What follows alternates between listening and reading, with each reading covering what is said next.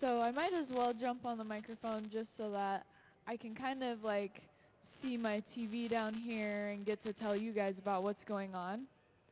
You'll notice that we heated up that color and we actually just went ahead and applied it onto some more glass. So we're kind of creating layers right now. Back inside that garage, you can kind of see the inside of it a little bit better from the screen.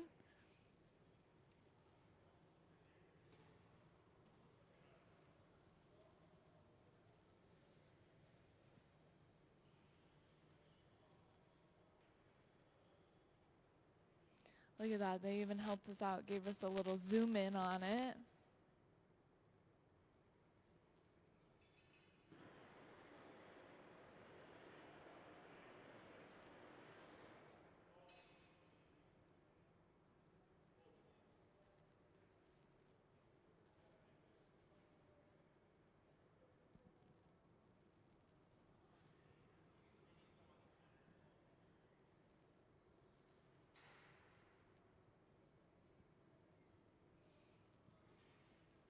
And out she comes with some color that is going to get heated up in the glory hole.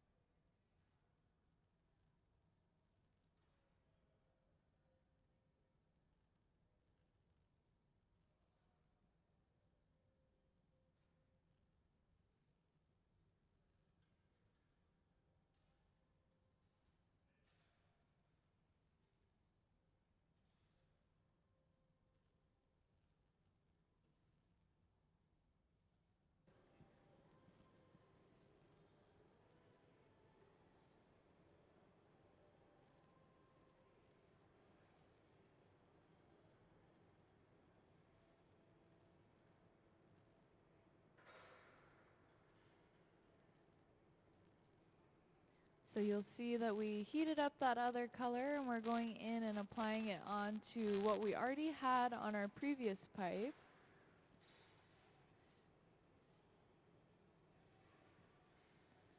So instead of like the last color that we added on where we kind of dripped it from the top and allowed it to go from top to bottom, we actually kind of wrapped it around the outside.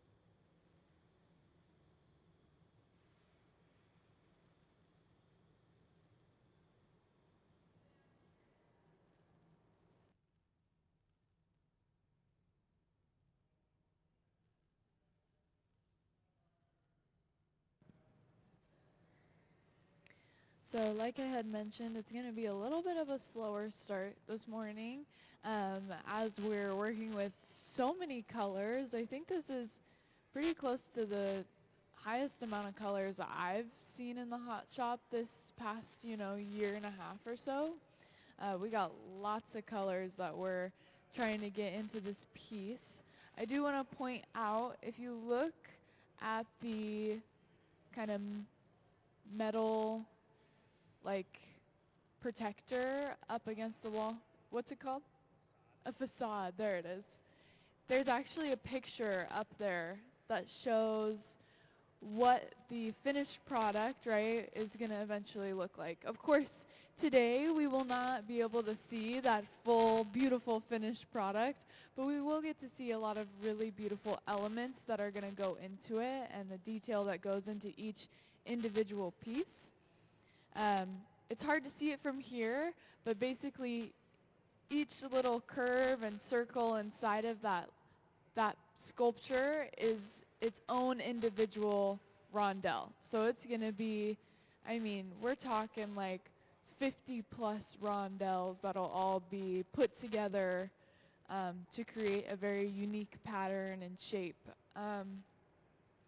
We have lots of other pictures as well of like all the different patterns that she's going for. Some of them are more organic and kind of fluid, while others follow a pretty, regular pattern.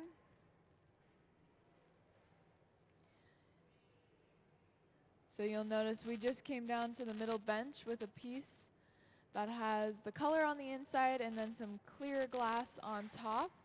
All he was doing was actually pulling some air bubbles out and away so that he could get them out of the glass by cutting them off. And now he's just going over cooling down his pipe so that he's able to hold it back up towards the top. It's just a water trough that kind of spits up water to cool down that pipe.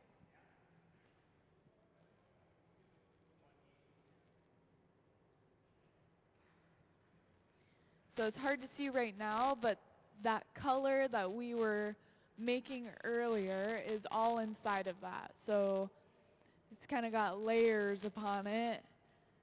And right now it looks like it's kind of this very bright orange color, when in reality that's just the heat kind of actually disorienting the actual color and making it look like it's a different color than it actually is.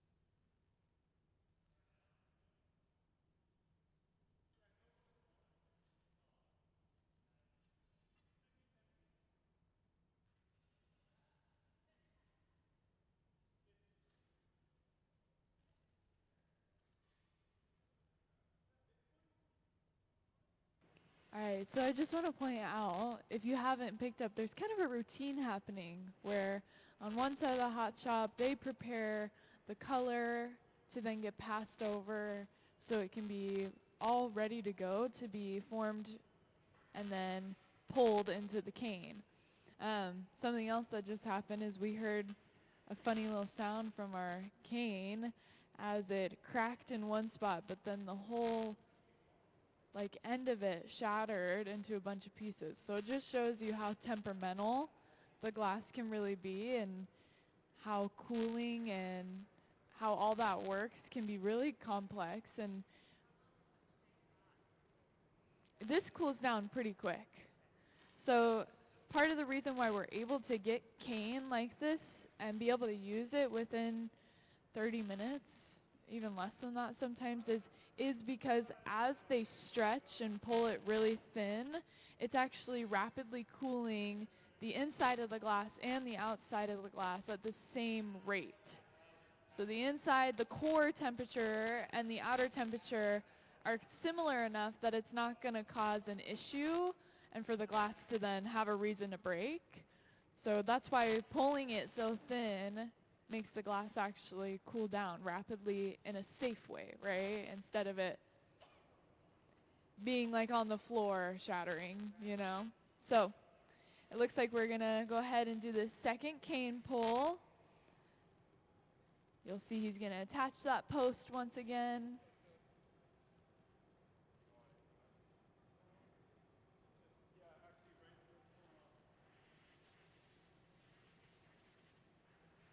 They're using some of that like air gun to just cool down a certain area a little bit faster than the rest, just so it doesn't overstretch or anything like that. And the same thing, save the end.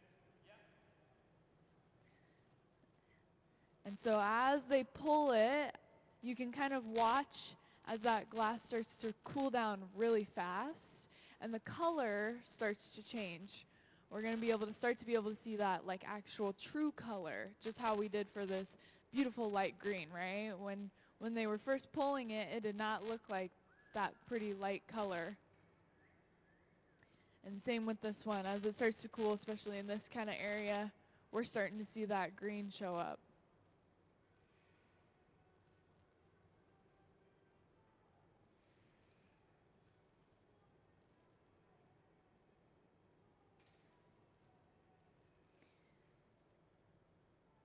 And just like that, it transforms from being hot, molten fluid glass into being a solid rod.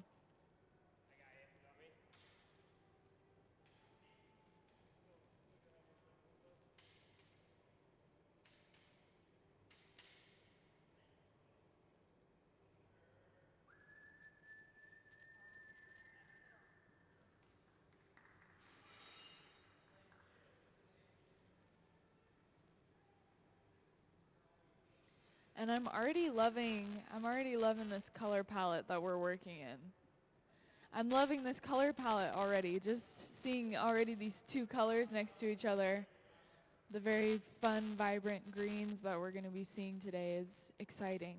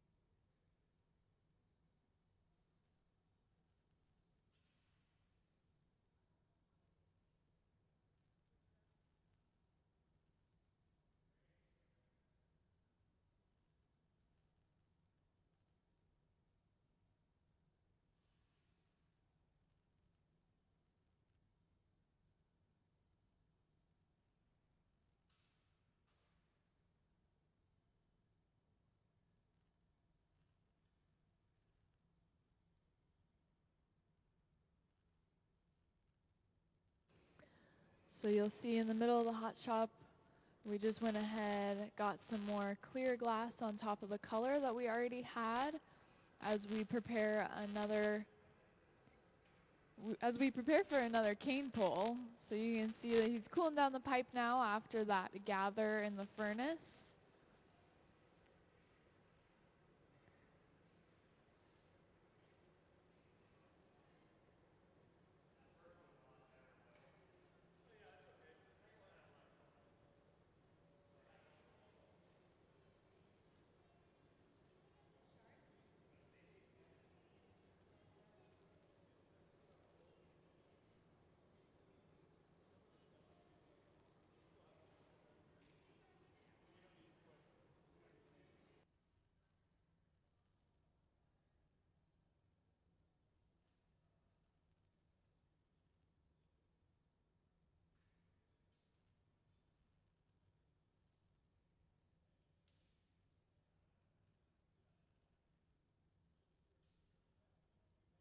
So I see you noticed that chunk of glass that he cut off earlier from the last piece of cane that he was starting to prepare, as it sits on the floor, right, it's starting to cool down too quickly, right? And it's this chunk of glass. It's not hollow, and the core temperature is dramatically different than that outside temperature, and that's what causes it to actually combust in that way.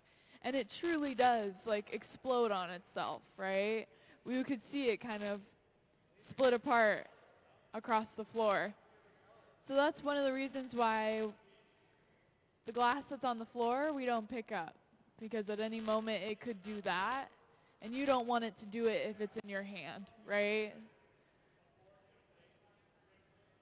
I always get people asking me all the time, oh, can I have the piece of glass that he left on the ground? And I'm like, no, you don't want that piece of glass, I'll tell you right now. And it's simply because if the glass doesn't cool down in the right way, then it's going to be dangerous. It's a hazard. So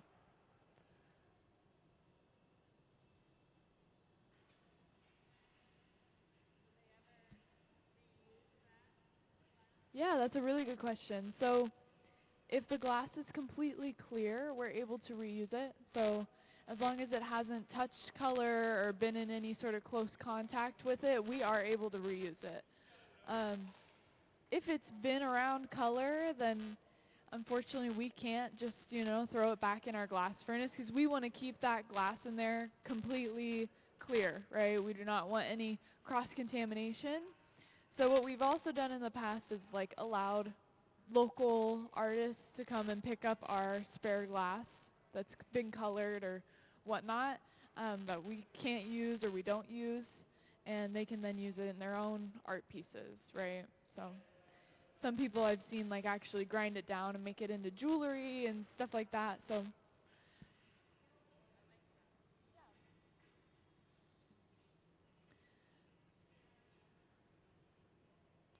all right, so you'll see we have another post made, ready to go. Bringing over that hot glass, gonna make the attachment.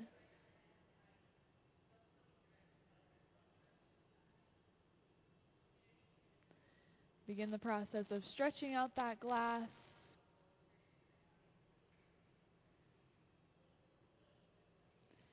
Passing it off, and then they're gonna do the same as before.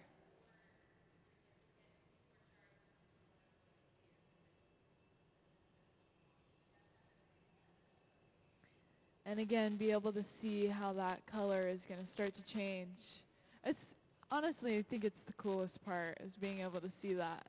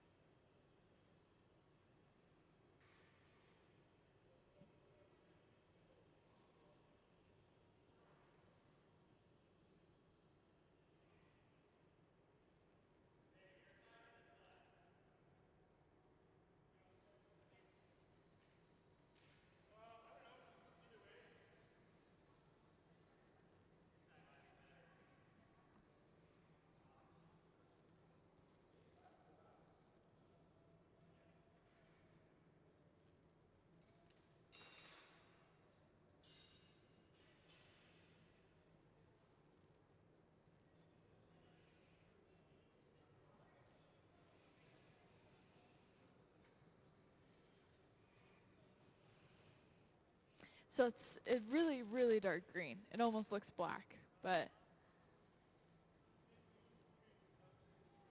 you start to get a little bit closer to it, you can kind of see that it's actually just a really, really rich dark green.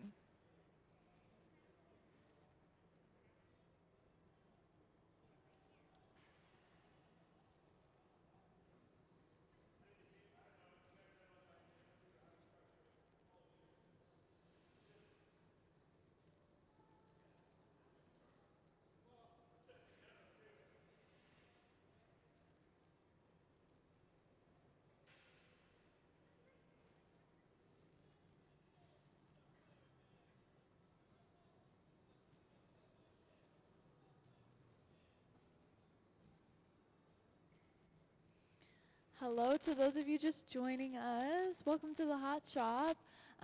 My name is Charlotte. I'm going to be your MC, so if you have any questions that come up, let me know. We're with a visiting artist today. She's working on an installation that's going to be going into the SEA-TAC airport.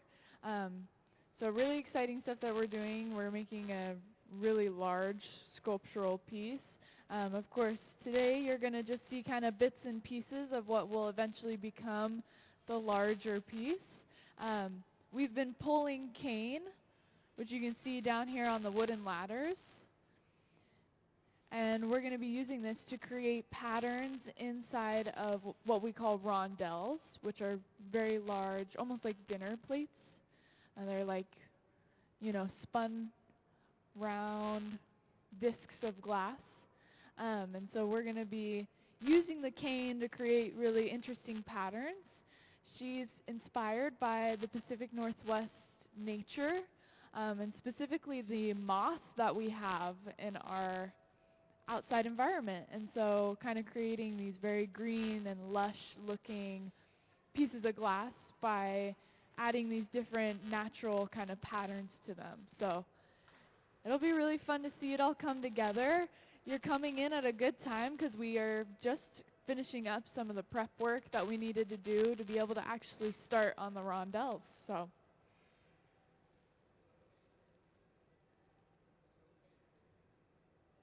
you take as many pictures as you want.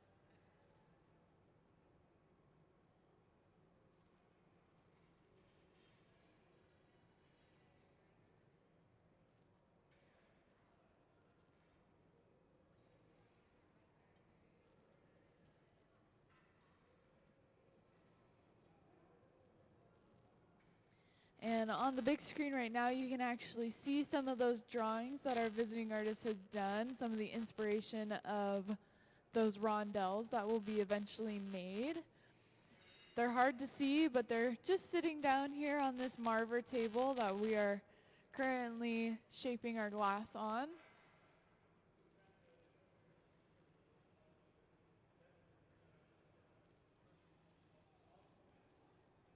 the cane to create really interesting patterns.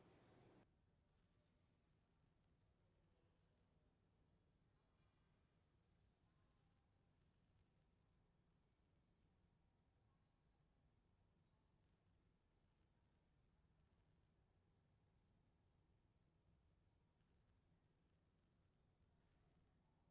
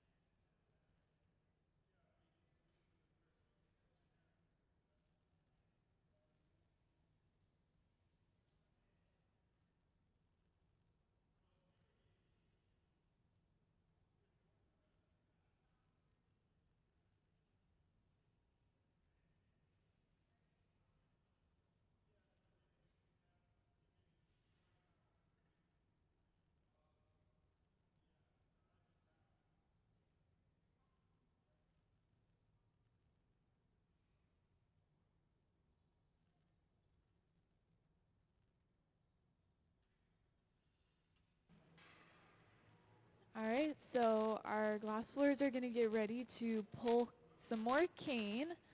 So we can see going inside of the glass furnace, getting some glass on the end of a solid pipe. And Trenton's going to actually form this into what we call the post.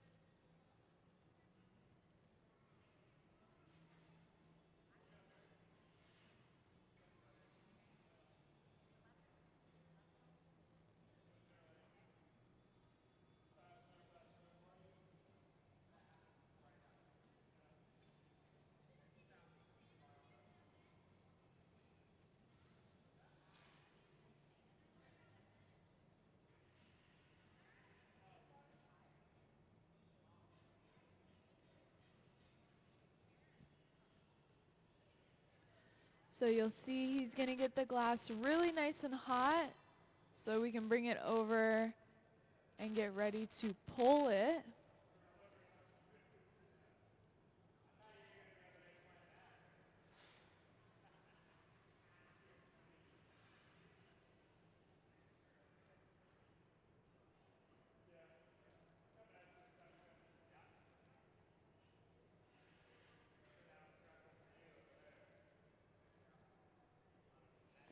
He's going to make a connection to the other pipe, and then the stretching begins.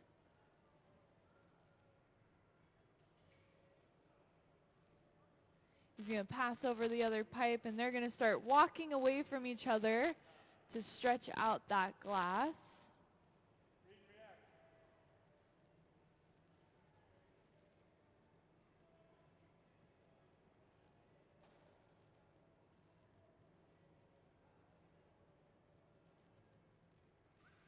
And as it cools down, we're starting to see a different color show up because the heat that was once in the glass is starting to leave. And so the color is no longer showing up incorrectly as it starts to rapidly cool down.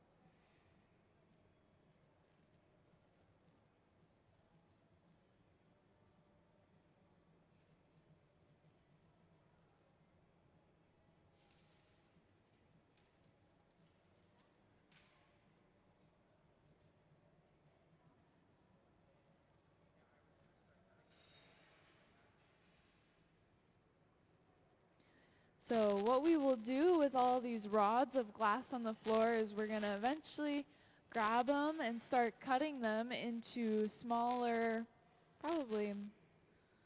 usually they make like 6-inch little rods. In our case, they might make them even smaller, kind of like, have you ever seen those videos of candy shops where they make the candies and they kind of chop them really quickly, and then you get these like coin-sized candy pieces with the image on the center? We can do that in glass. Usually it's called a millefiori, and it has some sort of flower pattern on the center. In our case, these are just solid colored cane rods, so we won't have any sort of pattern on the center, but we'll have that color that we're looking for.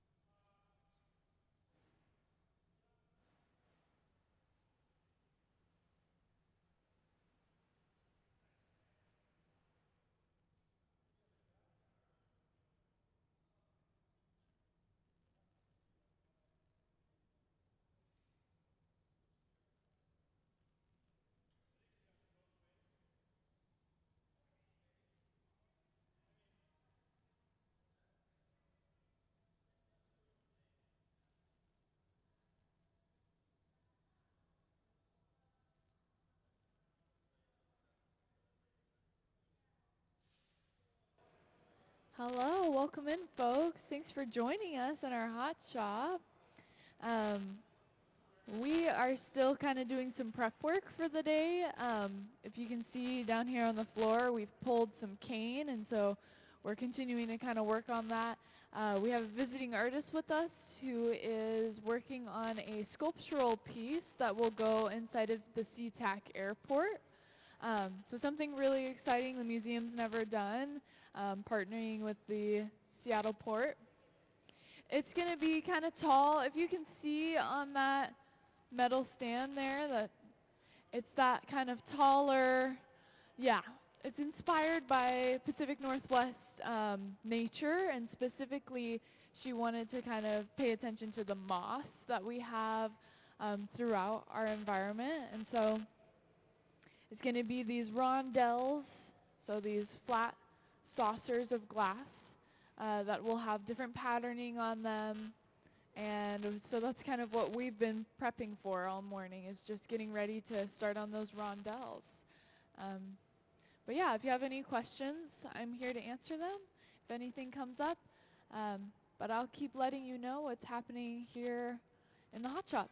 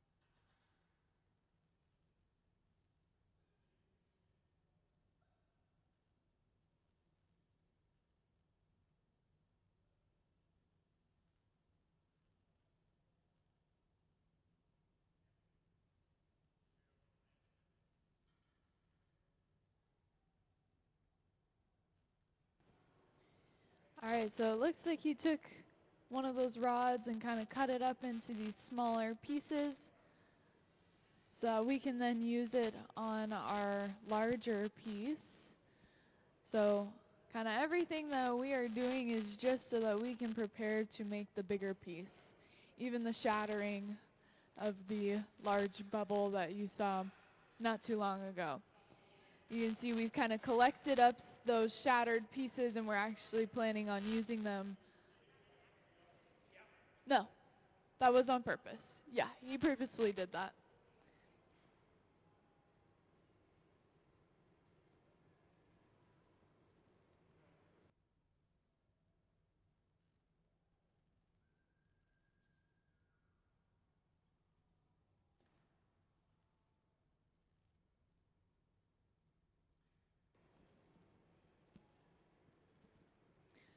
So on the other bench, the far bench, we can actually see on the screen that we have some clear glass on the end of a pipe and we have a bubble inside of that. And we're going in and actually doing a color drop. So we're allowing that colored glass to drip onto the surface so that he can start spreading it across.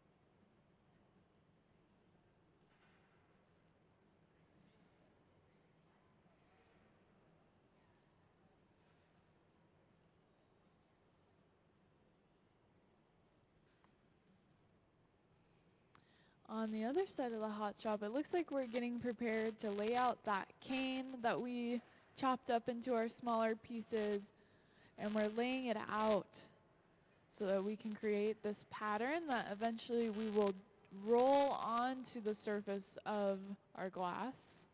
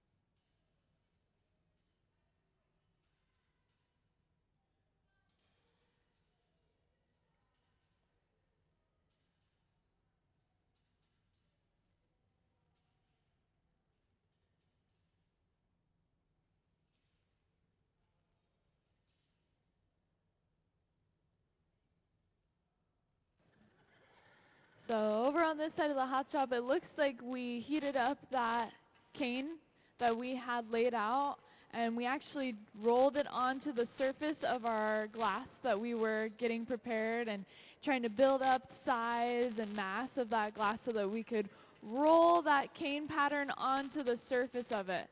So you can see over at this far end, that's what we have working on. We ended up using this really light kind of sea green color that we pulled earlier. We broke it into smaller, about like 6-inch, 5-inch long pieces, and then started heating it up on this, slate over here that you see so that we could then roll it onto the surface of the glass. So now you can see that Ben has started to heat it and roll it and actually kind of change the actual pattern. So instead of dealing with those up and down straight lines, he's kind of twisting it and creating a little bit more of a different pattern to it just by how he actually moves it on the surface of the table. So it's kind of hard to see from this far away, but if you look close enough, you can actually start to see how that pattern has really changed.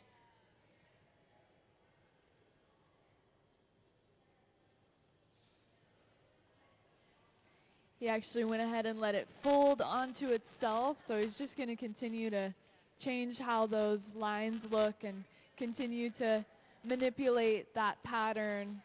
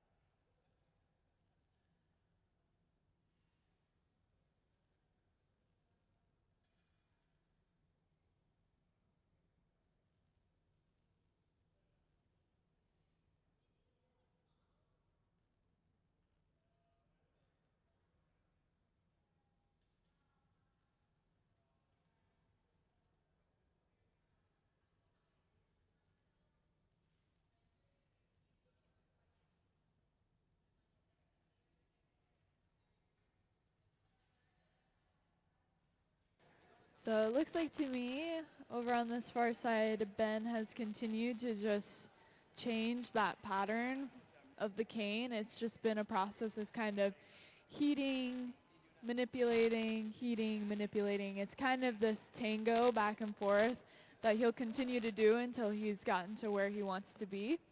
I know it looks like we've cut up some more pieces of the cane, so we will be planning on using those. Oh, look at that. They're in such a convenient place for you guys to kind of get a little bit of a closer look of these cane rods. So when we lay it out in a flat pattern like this, this is when we're able to actually come and roll it onto the surface of the glass. After kind of preheating it, as I like to say, we kind of heat it up a little bit so that it matches the temperature as close as possible to the hot molten glass. Just so that the heat shock won't cause it to shatter and break on itself. And once we roll that patterning onto the surface, that's what Ben has over there, is the actual result of rolling that cane onto the surface and starting to change it.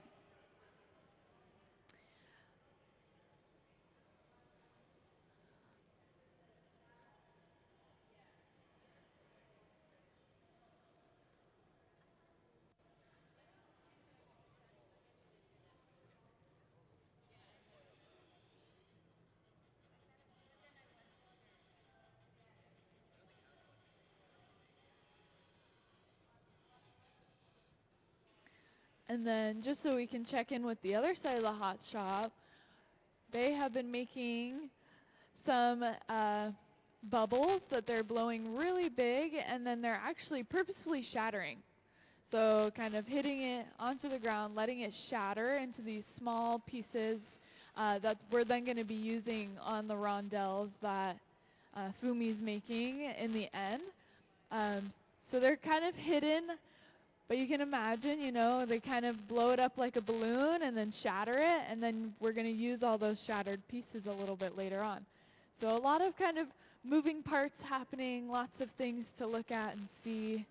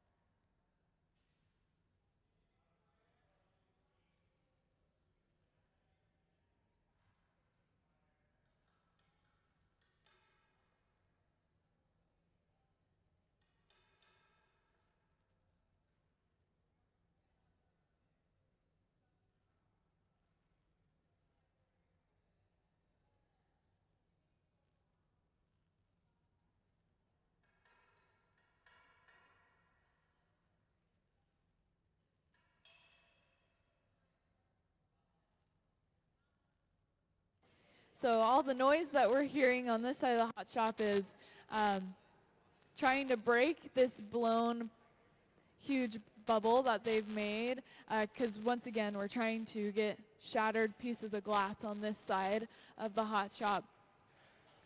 So they were kind of continuously giving that a few knocks, letting it hang out on the ground.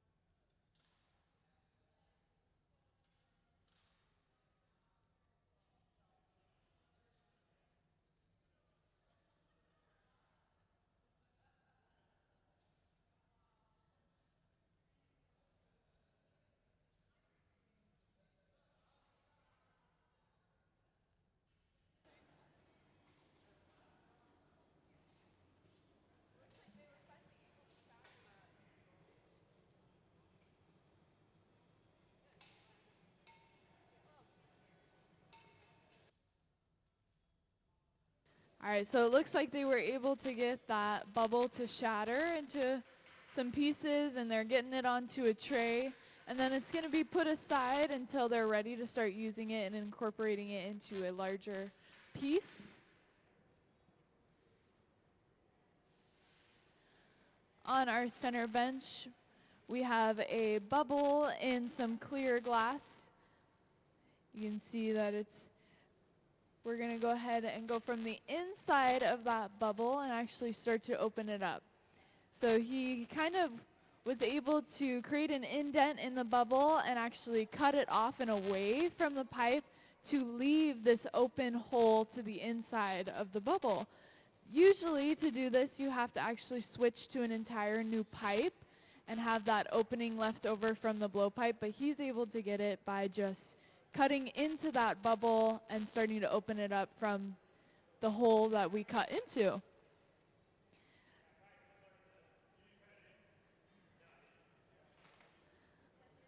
It looks like we're bringing over that piece that he kind of messed with for a really long time that has the cane on it. He kind of continuously played with. And it looks like we're going to be getting ready to actually attach it on to this clear glass that we have.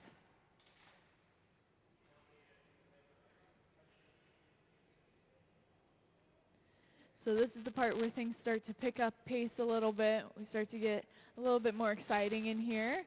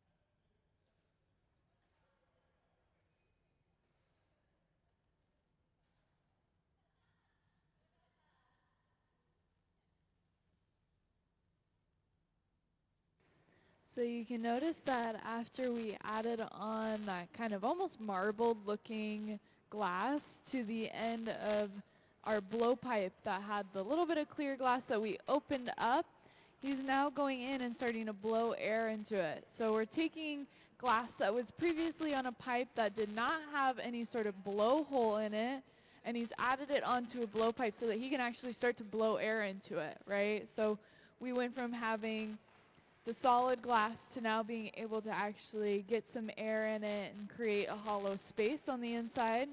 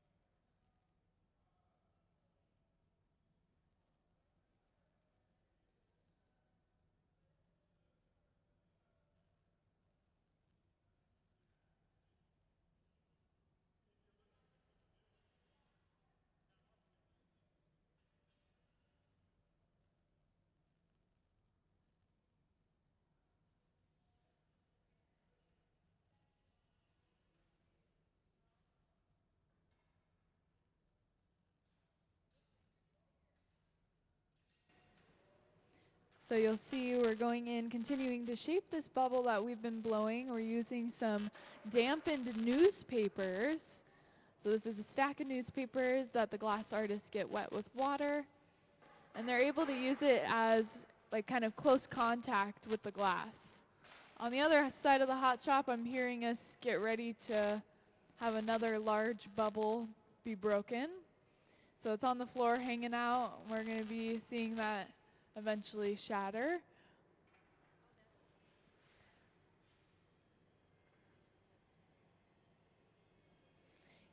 We can see we're going in, starting to create that jack line in the glass. So this is kind of an indentation up towards where the pipe and the glass meet. And it's creating a weak spot in the glass. We're trying to create this almost like this neckline to it, so that eventually we can actually break it off of the pipe from that weak spot.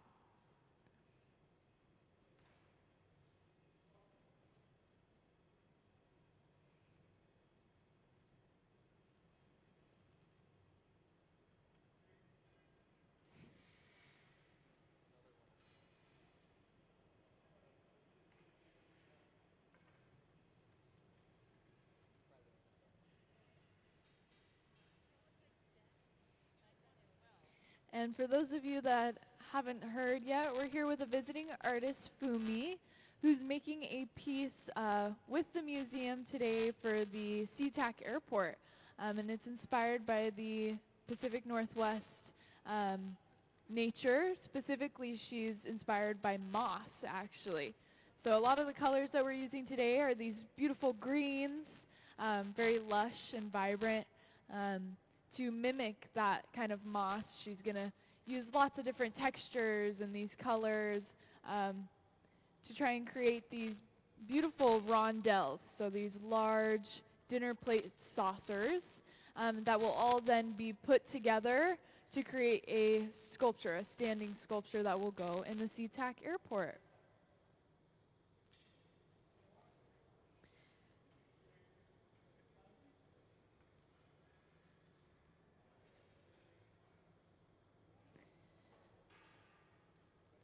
All right, so we can see that we use the paddle to kind of flatten down the bottom of this piece of glass in the middle of the hot shop. We can see that we're getting a little bit of glass on the end of a solid pipe. And we're preparing to actually switch this glass over onto a new pipe. So we'll be able to see that process in a moment here.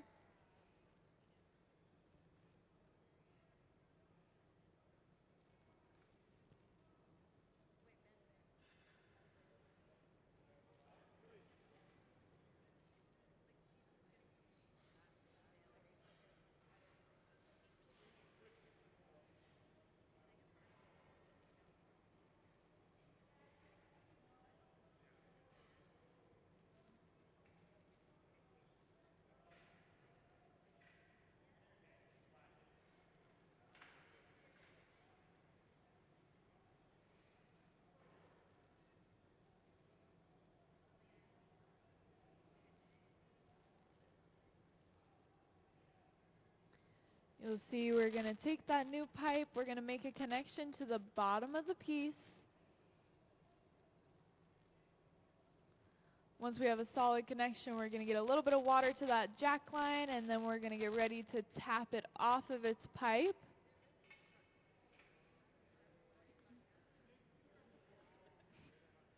Yeah, so that's always, I think, people's favorite part to watch, right? Because it's so, like, the anticipation of it all, and then it just so clean, just comes right off.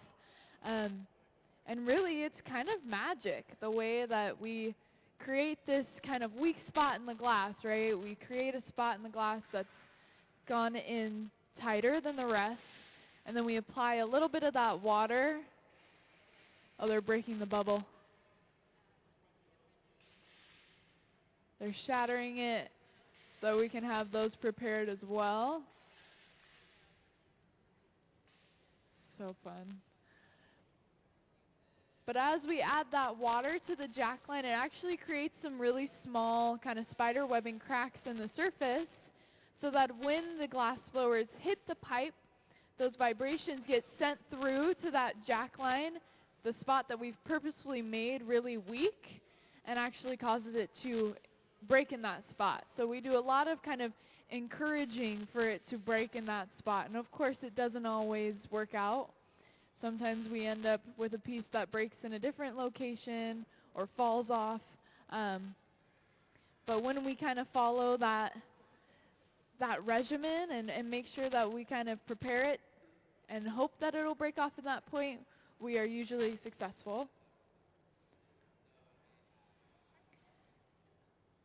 You'll see now that we have the opposite side of the glass ready to go, Ben is going to begin opening up that hole that we had left over from where our air was entering the glass.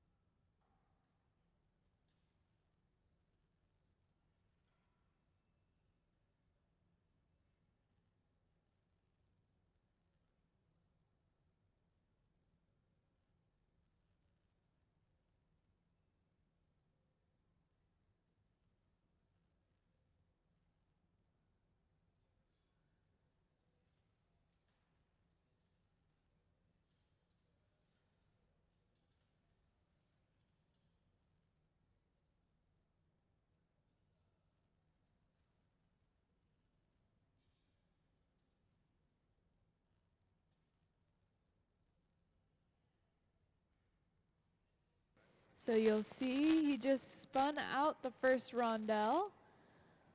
So he kind of like opened it up to get it prepared, and then as he went into the glory hole and started to heat it, he started to actually spin the glass a little bit faster to get those edges to peel outwards, and actually was able to spin out the rondel.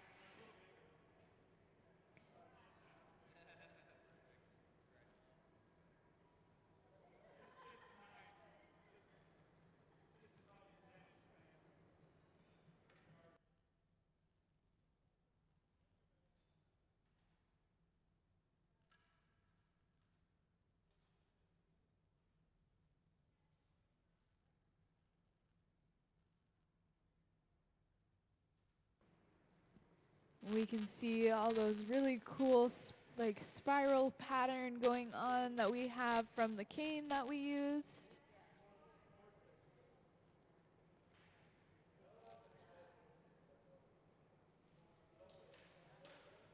We're getting a really nice look at it now.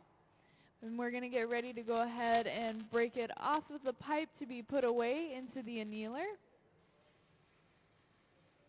You can see we're using that little bit of water again on that weak spot.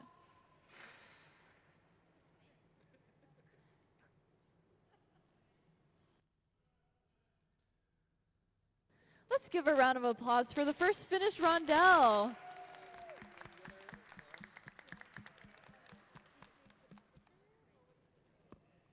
So that is one of many. We will be continuing to be prepping and getting ready and making some more rondels.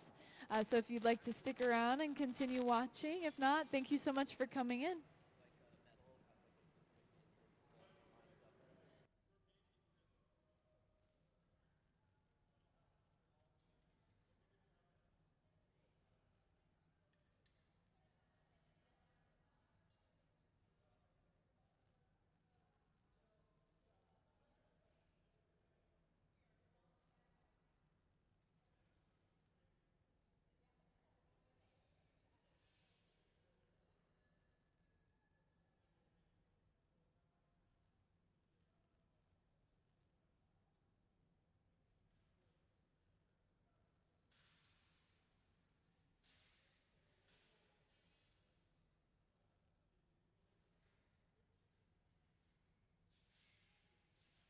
You can see we're breaking another one of those bubbles. It's honestly really satisfying to see because in glass blowing you don't really want to see the stuff breaking. So to like kind of just watch it crumble on itself is really interesting. And it'll get put away off to the side with all the other colors that they have prepped to be eventually used.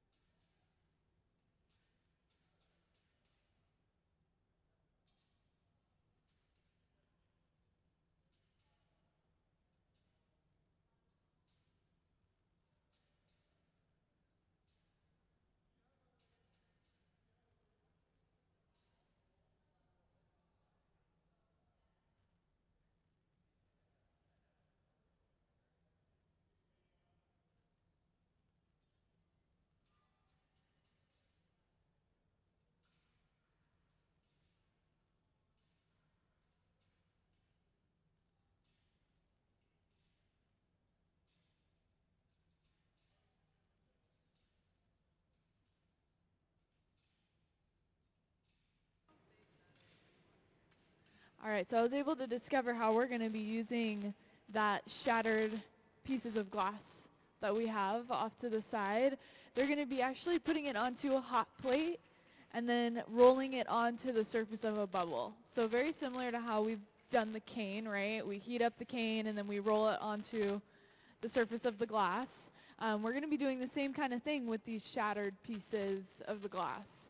So they're going to get it on a hot plate, they're going to make a pattern with it, and then roll it onto the surface. It'll just be another way to create more texture and, you know, shape and dimension to the patterns that she's wanting to make to interpret that kind of natural nature feeling.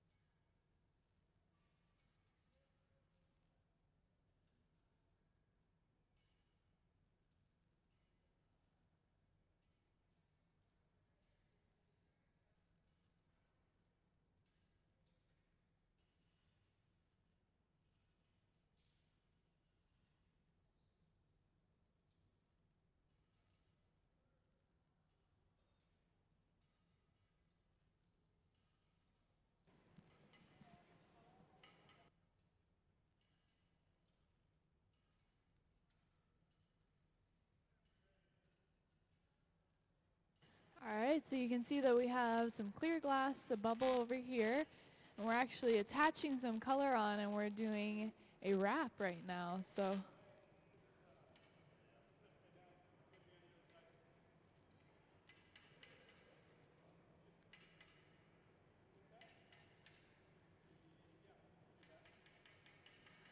it looks like it was on the wrong way, so we're going to give it a quick flip. Get everything back up to temperature and try it one more time.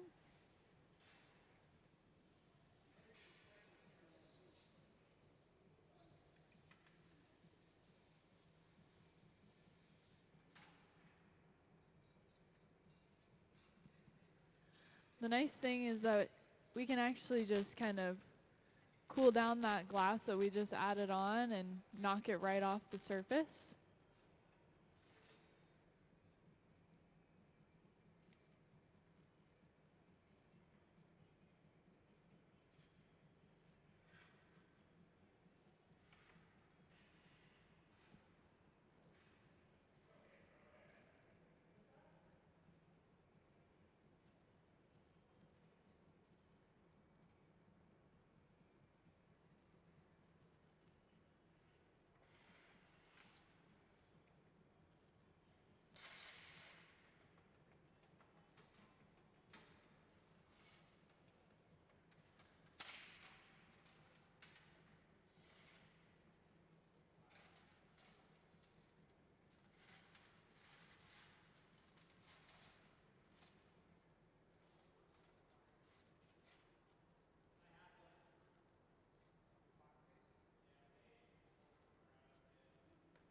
Okay, round two, here we go. You can see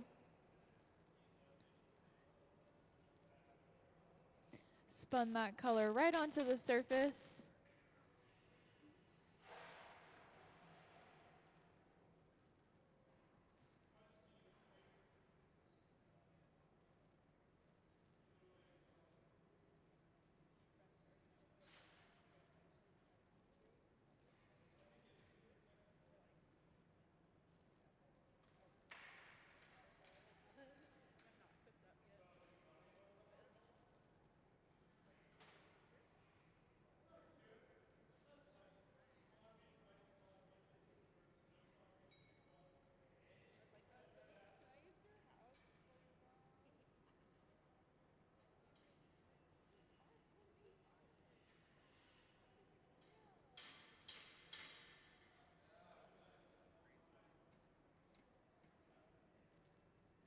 And you can see he's taking his tweezers and kind of scratching the outside and kind of pulling that glass, continuing to just really create even more of an interesting pattern on the surface.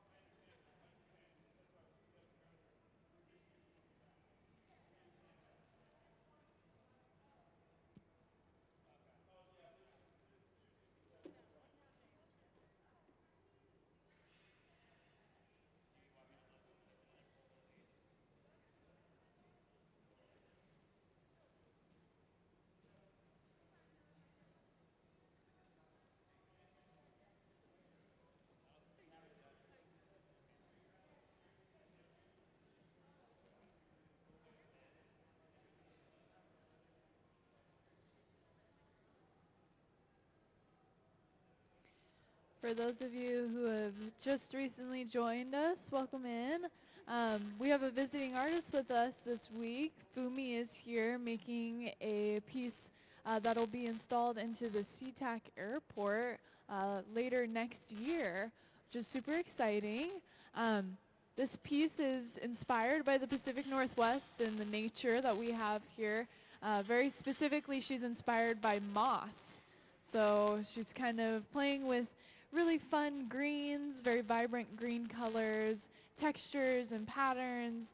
And she's making these rondels, which are basically very large dinner platters, flat platters of glass that then will be put together, kind of pieced together, soldered together into one large sculpture that'll be about like 7 feet tall. And then will be installed into our very own SEA-TAC airport. So we've done a lot of prep work this morning. We've done a lot of just getting pieces ready for kind of incorporating it into the entire whole. And then we've kind of slowly started to make some of these rondels. You'll see we've used lots of things. We have cane that we've pulled. We have these shattered pieces of glass that we're going to be using. And it looks like we've also done a color wrap, which is what we're working with right now, where we actually spun some color onto the outside surface of a clear bubble. And now he's gone in and actually kind of pulled those different strings of colors to create even more texture, even more patterning in the glass. So lots of really interesting stuff that we're doing in the hot shop this week. We're still in the early stages of just getting going. So if you have any questions that come up while we're watching, please let me know.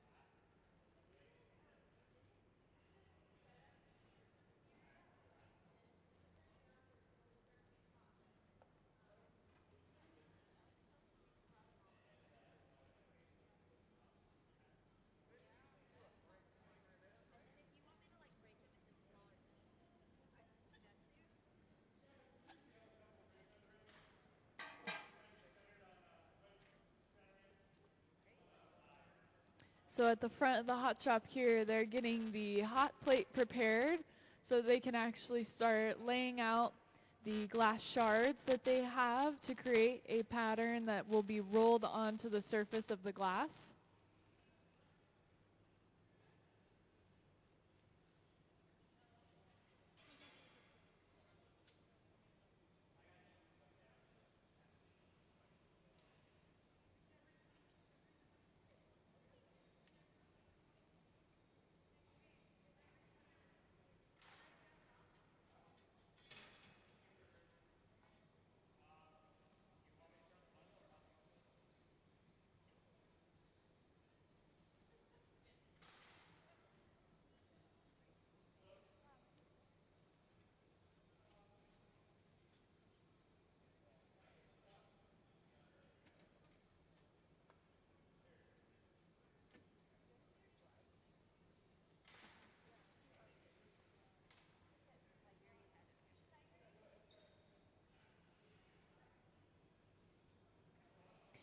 Meanwhile, you'll notice at our middle bench, we have blown up this bubble. We've kind of started to fill it with air, and we went in and added our jack line to the glass.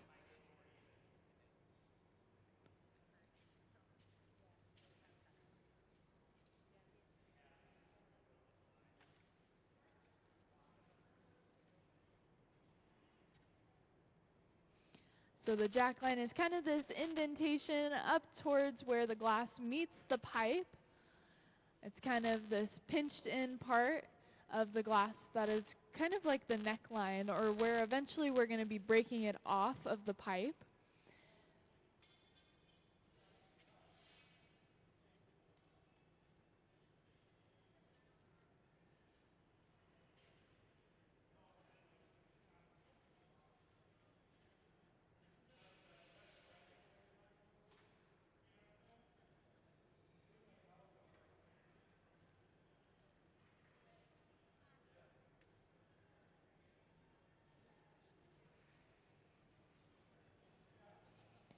You can see we're going in, starting to flatten the bottom of the piece with this wooden paddle.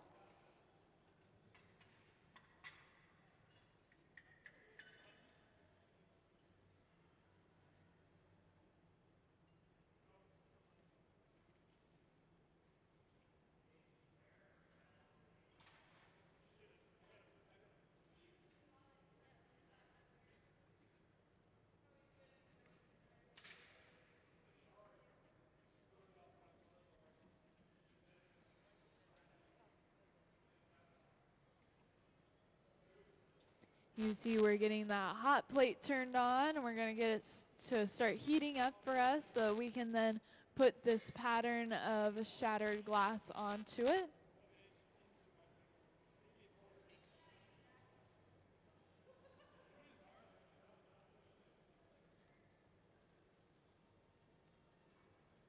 Meanwhile, we're getting prepared with a new pipe to get attached to the bottom of this piece.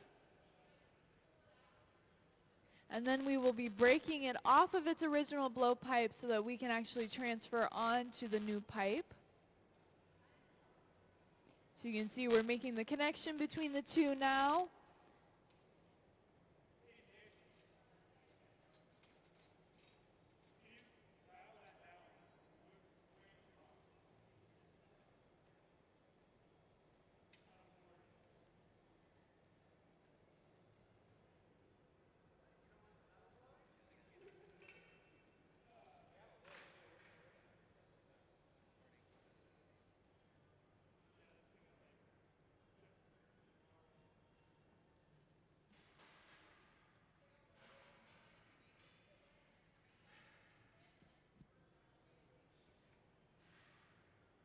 Now that our piece has been transferred onto the new pipe, we're going to get ready to start opening it up and then eventually spinning it into the rondel.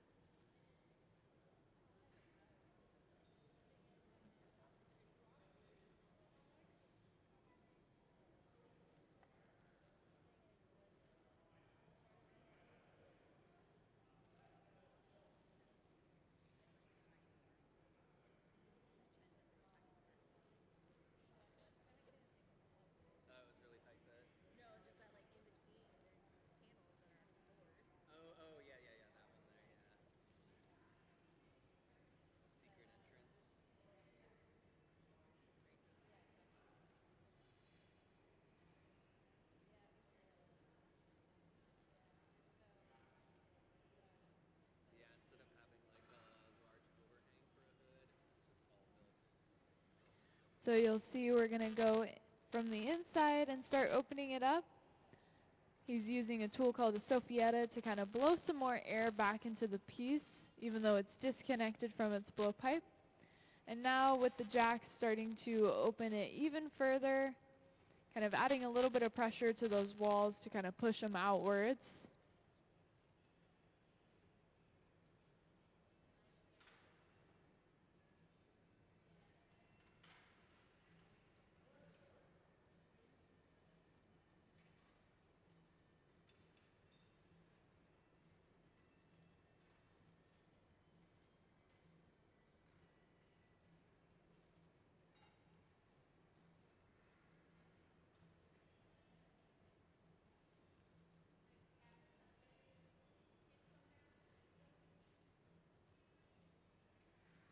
So right now it looks like we have a bowl, right? But in a moment here we're going to start seeing this bowl turn from very rounded to actually becoming completely flat. And this actually happens inside of our glory hole. So as he goes into the glory hole and that glass starts to heat up, he'll begin to rotate it and spin it faster. And this actually causes the edges to move outwards and create that flat platter that we're kind of looking for, that plate, if you will. And that's how you spin a rondel, is just by heating it up a bunch and starting to spin it a little bit faster, and then it actually allows it to completely move. So as he comes out, you'll be able to see how we now have this plate. He's going to begin using a paddle to try and, you know, make sure that shape stays intact.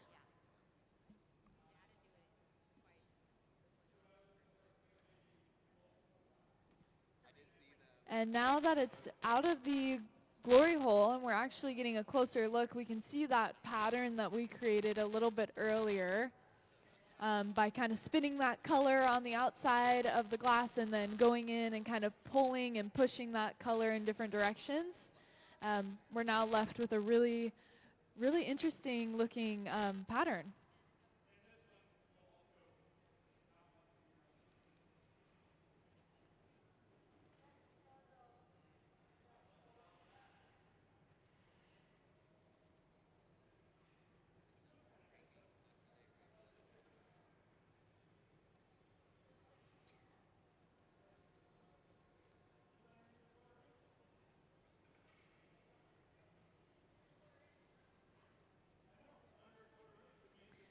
So one of our glass blowers has gotten into some protective clothing so that she will be able to carry the rondel over to the annealer. Adding a little bit of water to that connection point and then getting ready to break off. And over to the annealer it goes. Round of applause for another finished rondel.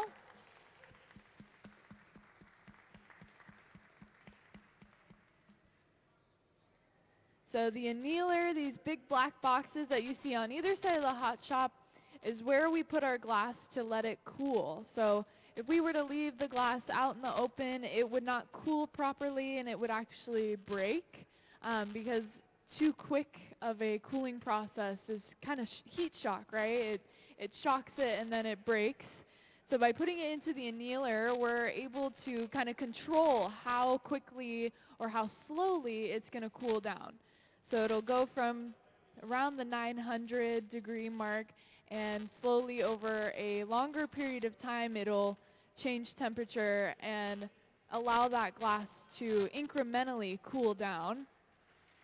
Usually it's overnight, so over like a 12-hour period, and then we're able to actually pull it out and see it all finished at that room temperature. Other times it can take, you know, days. It really just depends on the thickness of the glass that you're wanting to cool, because it's all about getting that internal, that core temperature to match the outside temperature.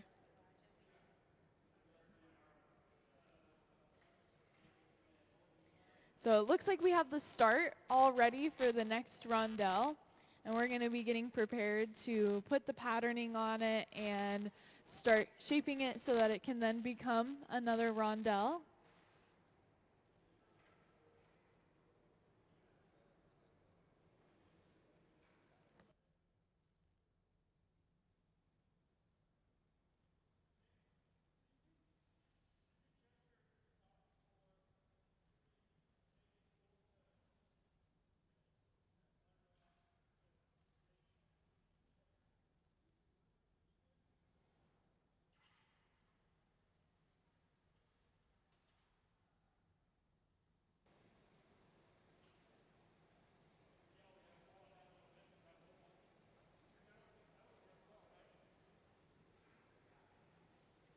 So you'll see he's just over there cooling down his pipe after gathering a new layer of hot glass. Meanwhile, we have the glass shards getting heated up and ready to go.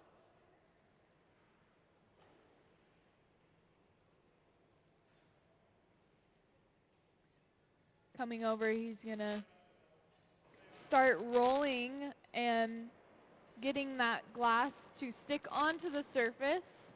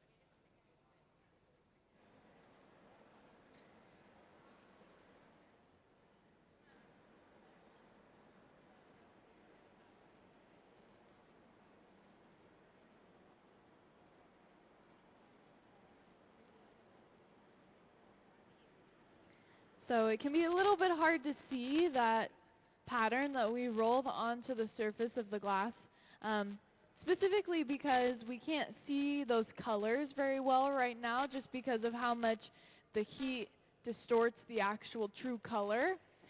So all those greens and that kind of amber color that we pulled from down here will eventually start to show up as the glass cools. So for now, it can be a little bit hard to actually visualize what that rolled on pattern is going to look like.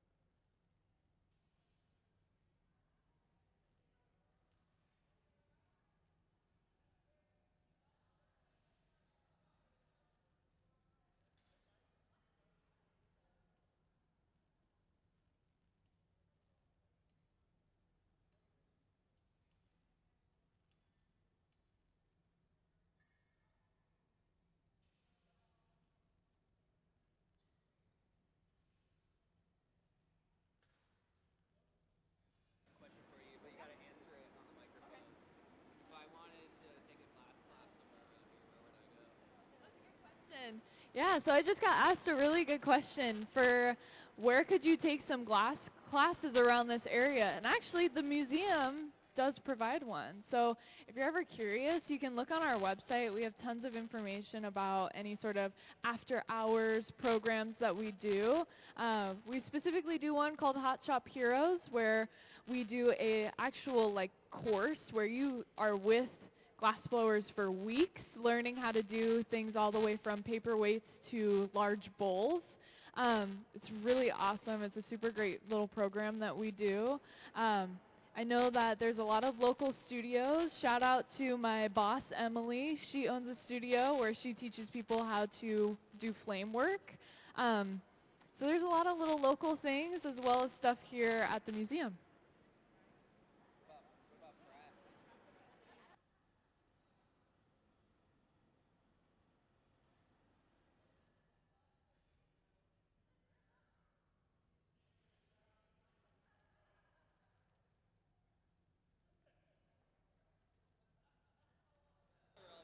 Oh, okay. And I'm also hearing that if you're ever in the Seattle area and you're curious, you want to try out doing your own glass working, there's a place in Seattle, in the Seattle area, Pratt Fine Art Center. So that's always an option as well. If you're over, Seattle's not too far. You can make the drive. I know there's plenty of other amazing things to do in Seattle, so it's not like you'd be going for nothing, even if you couldn't do the whole class. But yeah, go check it out. It's a studio. Fumi manages the glass studio. Oh my gosh, that's so awesome. Yeah, round of applause for Fumi. Oh my gosh. Yeah, so go check out Fumi's studio in Seattle, the Pratt Fine Arts Center. And actually, we could put up her actual artist description really quick if we could pull up the slide about Fumi. Then we can actually have her Instagram up there as well so that you can see that if you want to learn more about Fumi and what she does.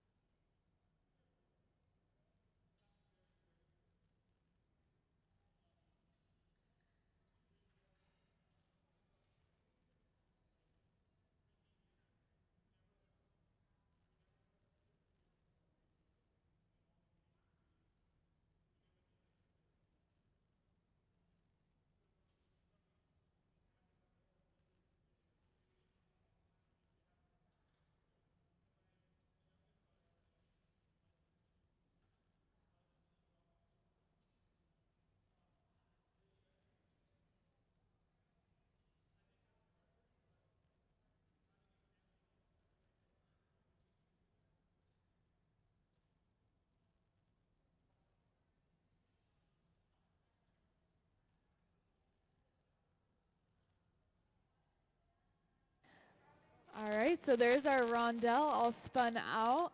And as it starts to cool down in these next few moments, we're going to be able to see those colors start to peek out and show themselves.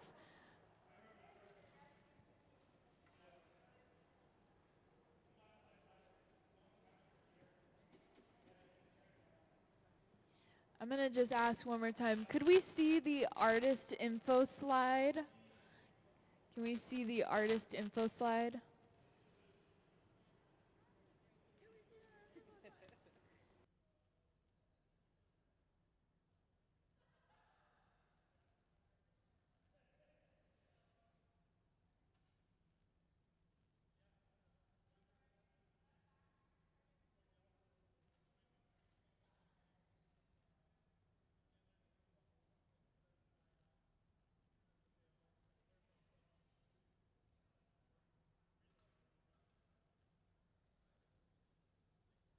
We're going to go ahead and break it off to put it away into the annealer.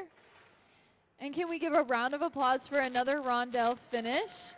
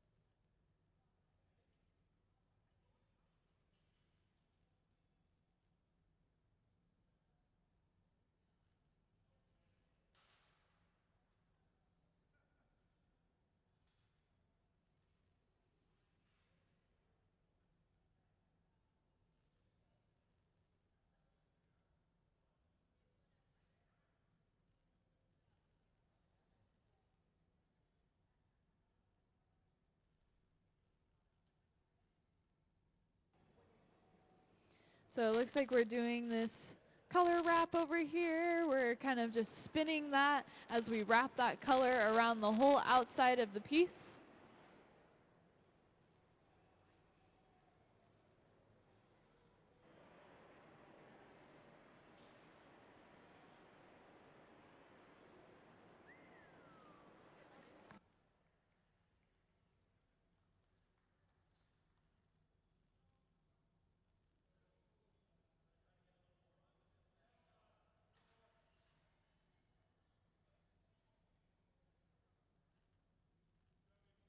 Meanwhile, on the other side of the hot shop, we're stretching out some glass over there.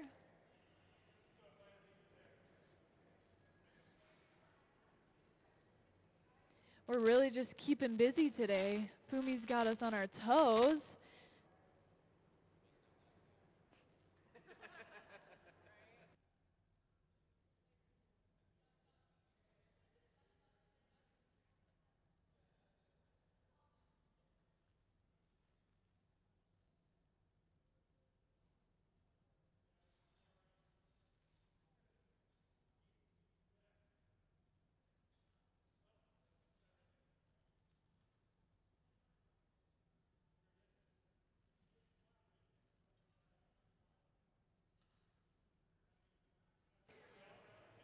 So we can see we're taking that stretched out rod of colored and we're putting it away into this annealer.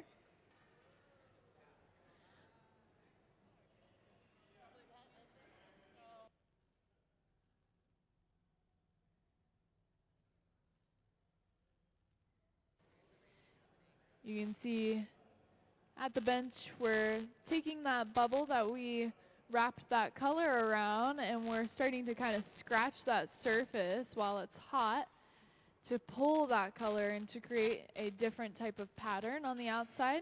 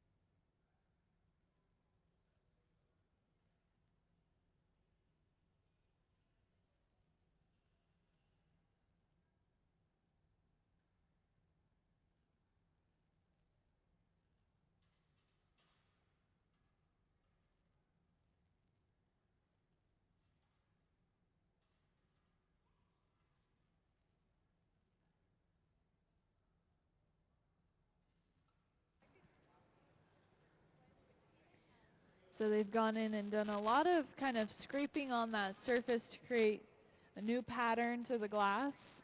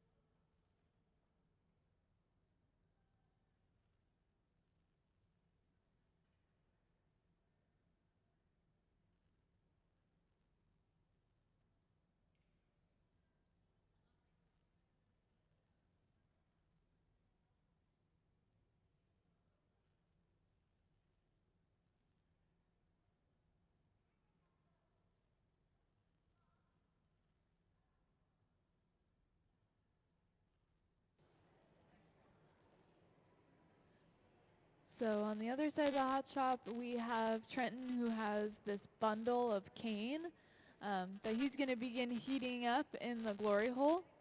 So cane is this technique where we pull glass into these rods, and then we actually would span across the whole floor of the hot shop, but we trim it down to these like 5 or 6 inch long pieces.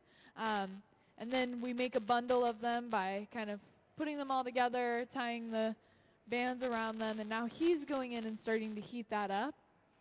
So he's going to be working over here making that while we continue working on the next rondel. So you can see they're continuing to go in and adjust and kind of create more pattern to the surface.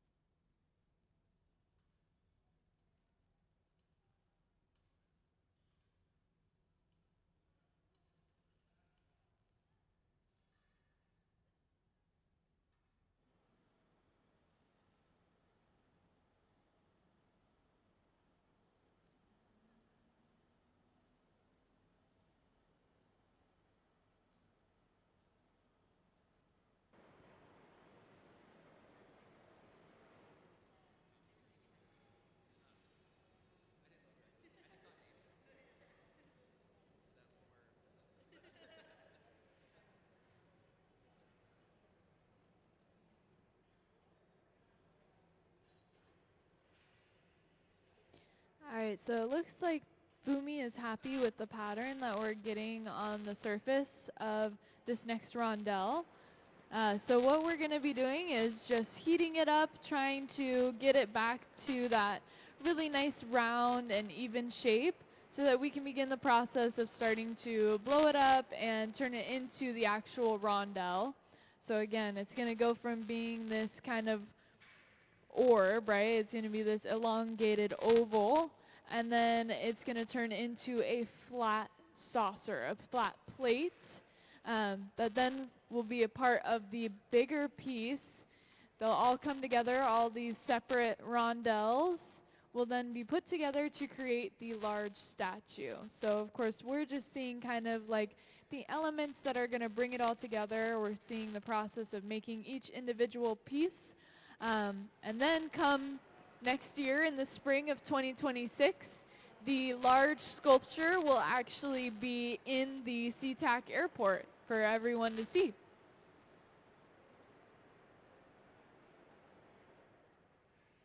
So again, this is a piece with our visiting artist Fumi. She's making it for the SEA-TAC airport. It'll be placed in there in spring of 2026.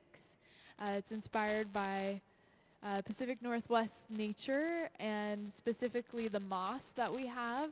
So she's very inspired by these green, kind of mossy, very textured, patterned ideas, and bringing those all into these platters and then bringing them all together to create this large sculpture.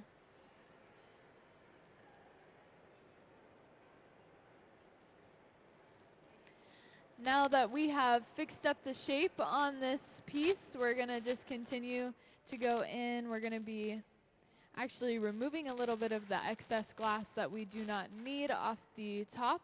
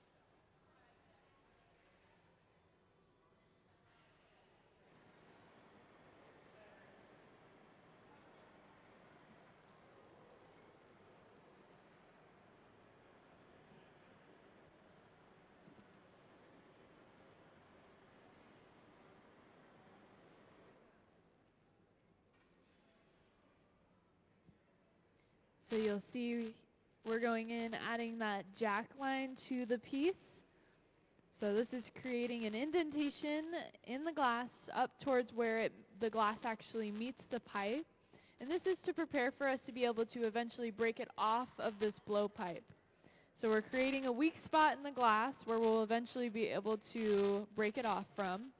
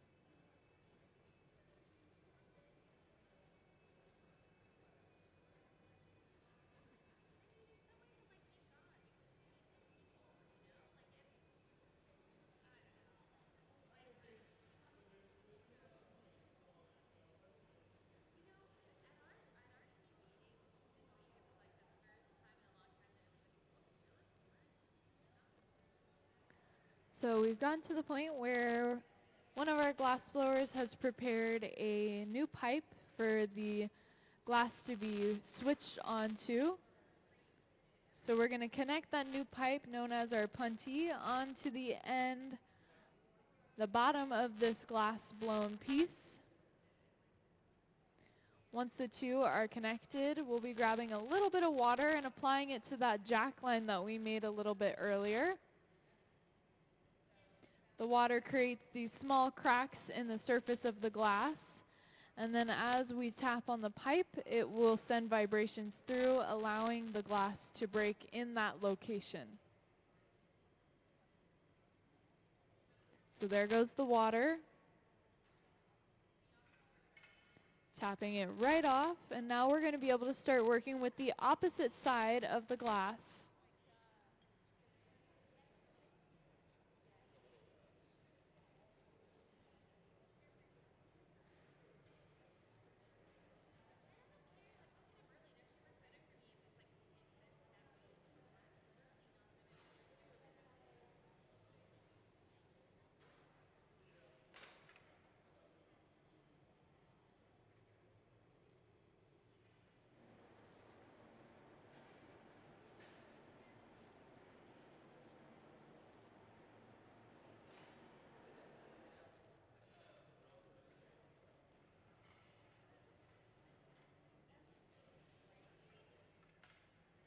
So now that we're working with the other side of our blown piece, we have this opening to the inside of that hollow space from the blowpipe that we broke it off from.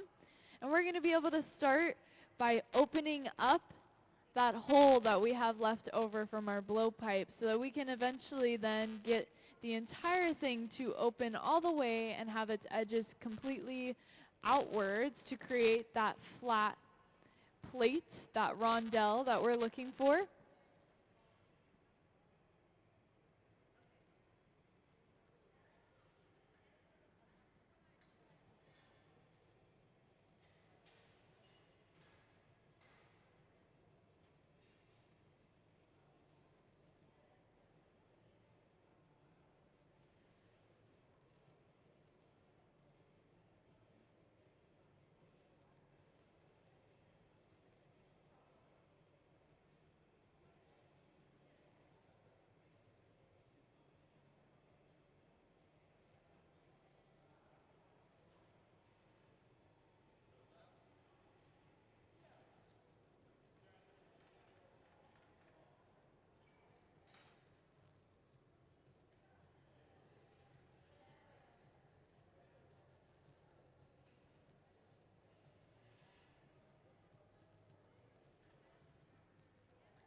So you can see that opening is now really nice and hot. And as he puts his jacks on the inside of the piece and applies a little bit of pressure, we're going to be able to start opening up the walls of this, what looks like a bowl right now.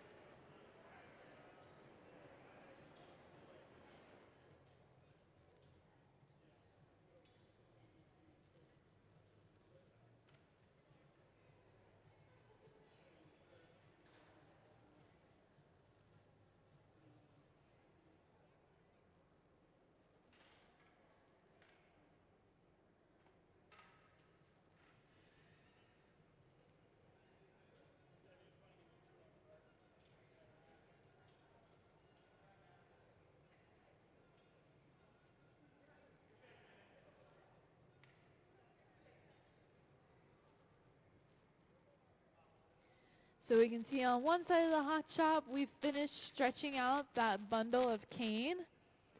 It's going to get broken off now and put away into this box annealer down here up towards you guys. And eventually will be used later on. In the center of the hot shop, we have spun out that rondel. So we went from having a bowl shape to now this plate.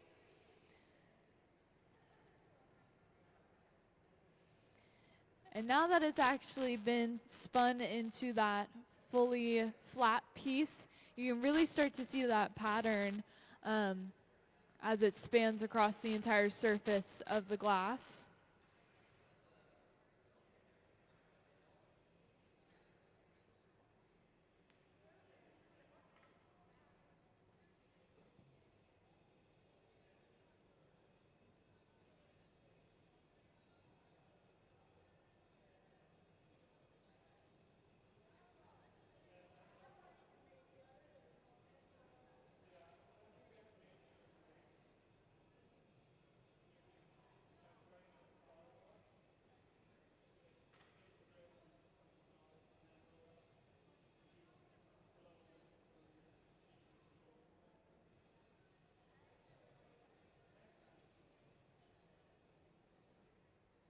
So we're going to go ahead, prepare to break it off. A little bit of water on that connection point.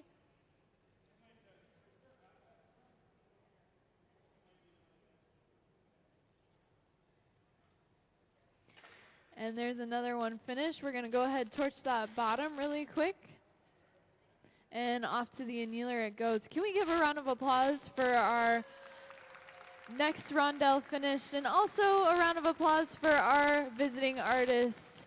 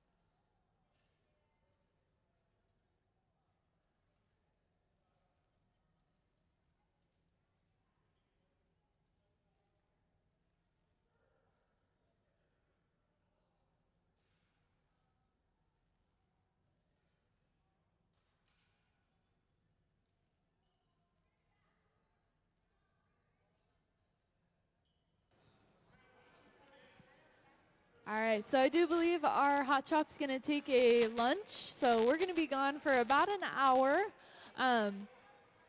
We'll have the screen posted, and we'll let you know when we'll be back after our lunch. I'll hang around if you have any questions. Otherwise, I hope you enjoy the rest of the museum. Go check out the gallery if you haven't yet. We've got some really beautiful stuff. And hopefully we'll see you back after the lunch to see the rest of what Fumi's going to be doing today in the hot shop. Thank you so much.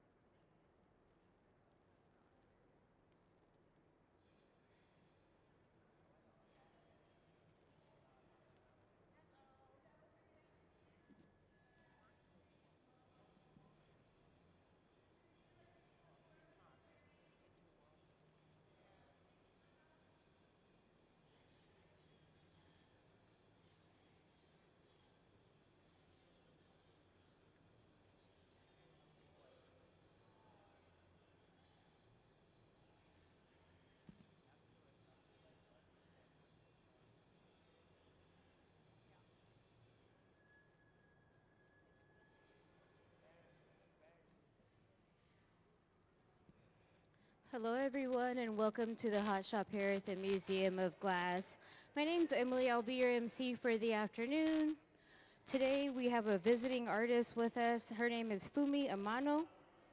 Fumi is Snohomish-based Japanese artist, and we are exploring different types of patterns and colors, and so you'll see some of that here. These are pieces of cane, which will be a final design of pattern. So it'll create different lines and variations of which way they move. And so as we work in the hot shop, I'll let you all know exactly what we're doing and how the process starts. Other than that, if you have any questions, feel free to raise your hand. Once again, my name is Emily.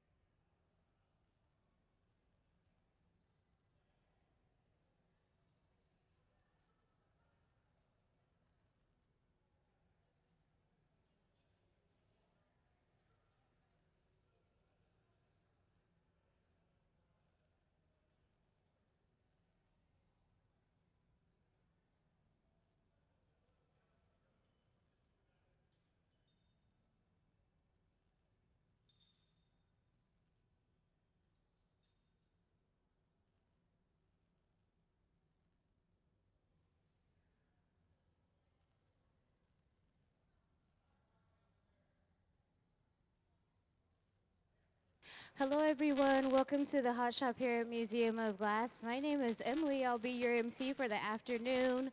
I hope you guys are having a happy Wednesday. I'll let you guys know exactly what we're doing here in the Hot Shop.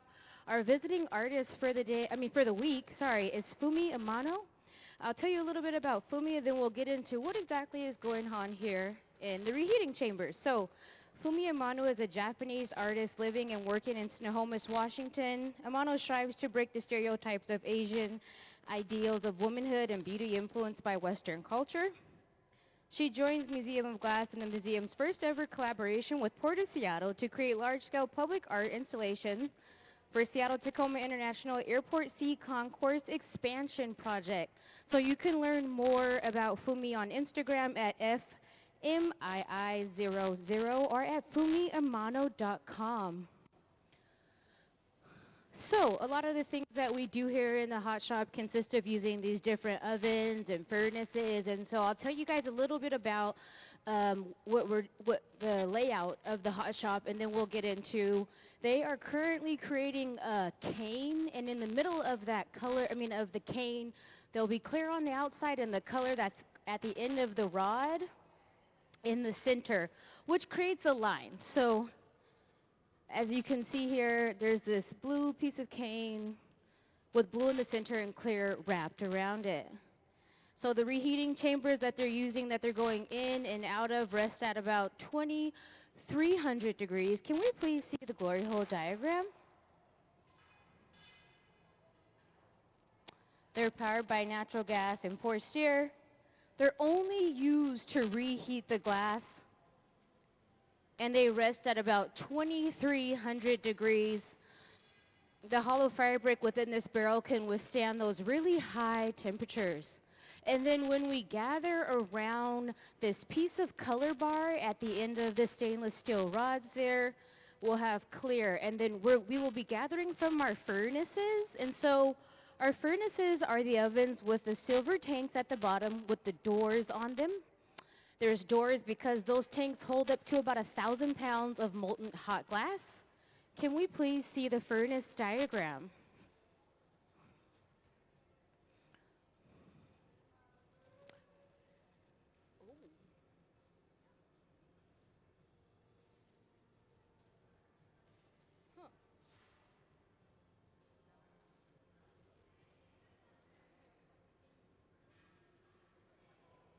Very cool. That was a different step in the process. That adds more color. Did you see on the big screen what was happening? No, maybe not.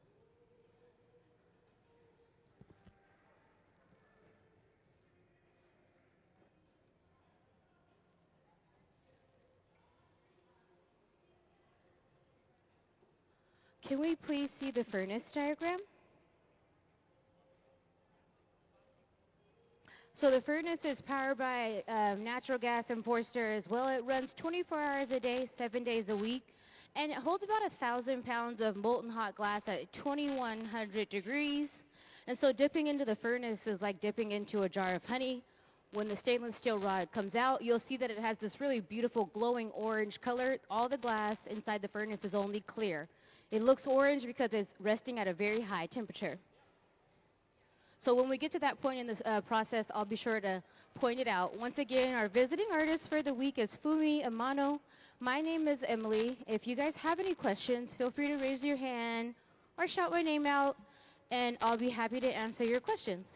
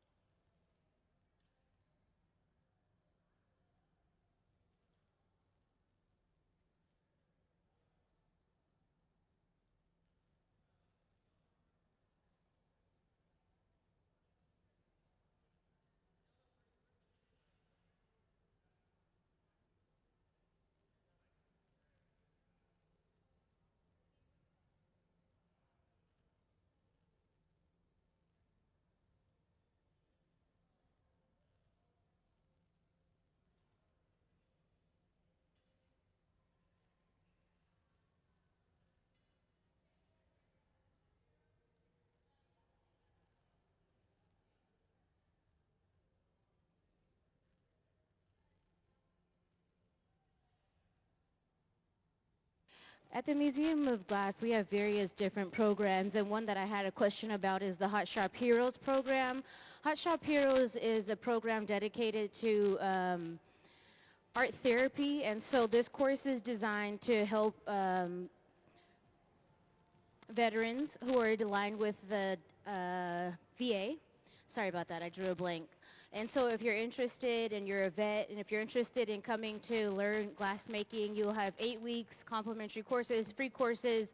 As long as you're aligned with the VA, then you're able to apply. And once you're in, you work with instructors for 8 weeks creating glass art. Not while we're open, it's a private closed program which helps veterans get reacclimated into group settings. And so if you're interested in joining our Hot Shop Heroes program, be sure to go onto our website and look at our programs tab, and you can apply.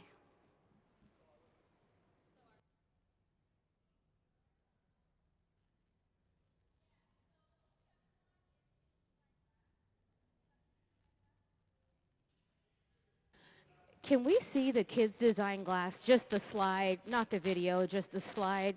So another educational program that we have here, it's a competition, and so that makes it even more fun, is our Kids Design Glass program.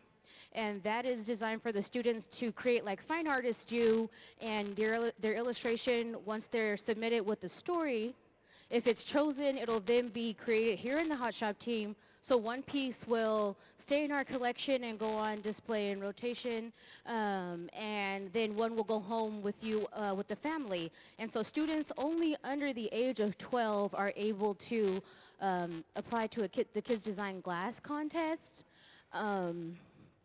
But if you're chosen, you'll come back to the Hot Shop and get your piece created.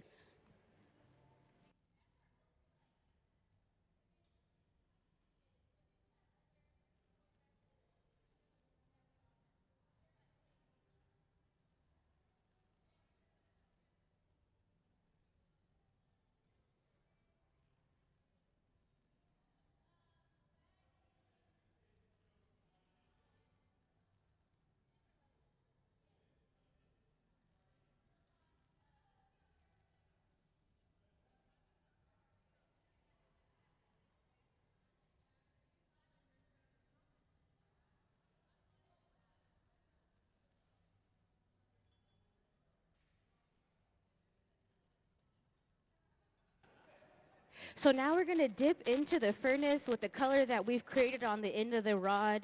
The color that's on the end of the rod has a white core and a transparent overlay, so you'll be able to see through transparent color to the core of the white. We'll rotate, and then we'll go over to the pipe cooler to cool that pipe down, because dipping into 2100 degrees kind of gets a little warm. Stainless steel is not the best conductor of heat, but it will get warm where we need to pick the pipe up.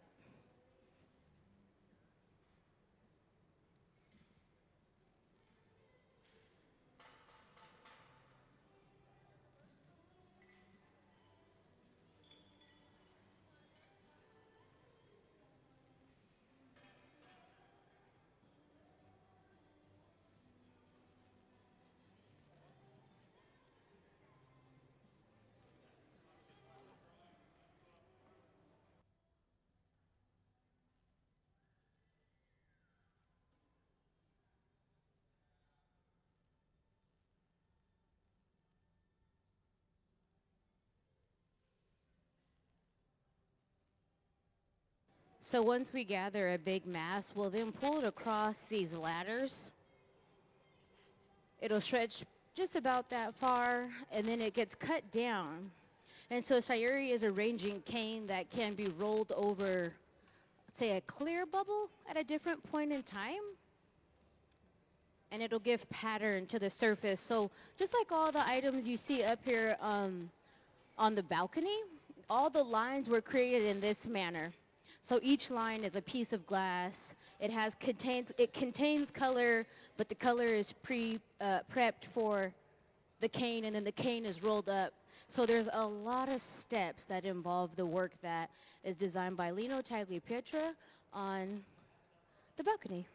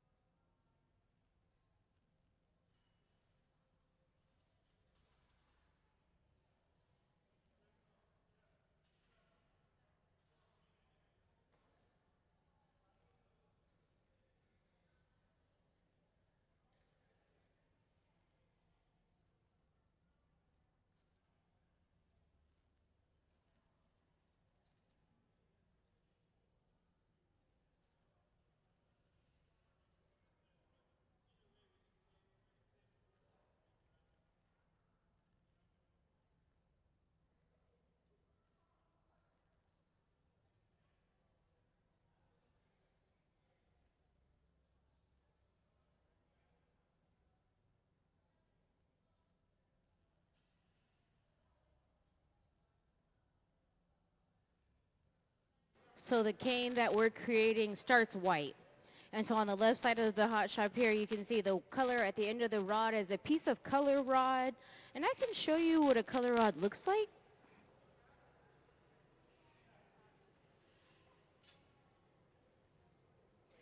So solid colors of glass come in color bar. This one, I'm not sure exactly what the color is. It looks black, but it will be different when added to the,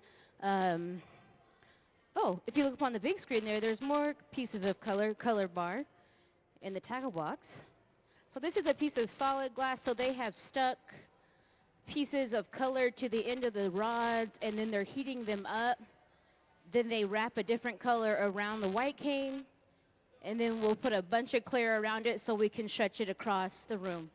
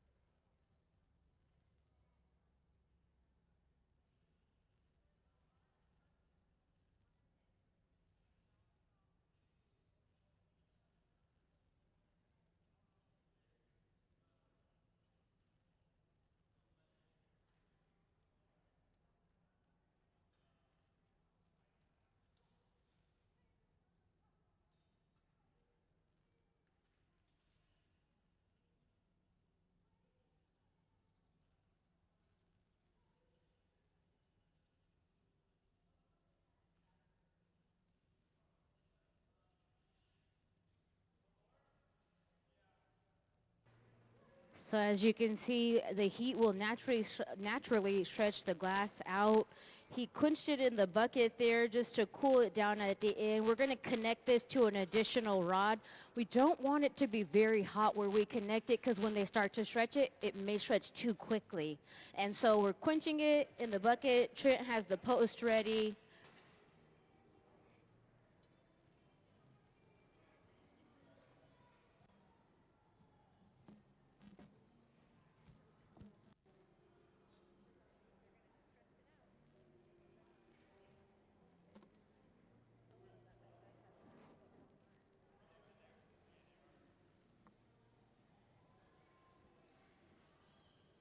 Sorry, we'll use the air gun to cool down it right there at the end of the pipe.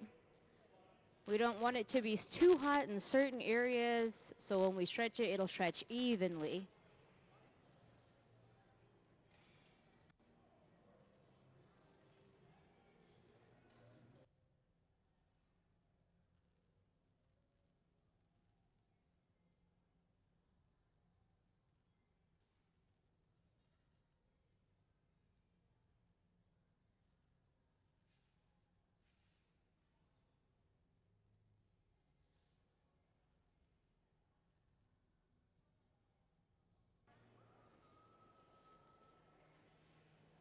We'll hold still, allow it to set itself up and cool down a little, then they'll lay it onto the ladder.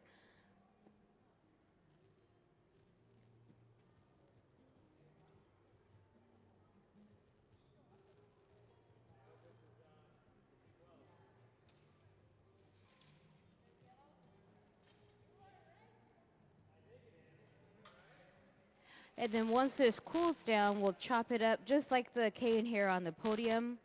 Then it'll be used in the process.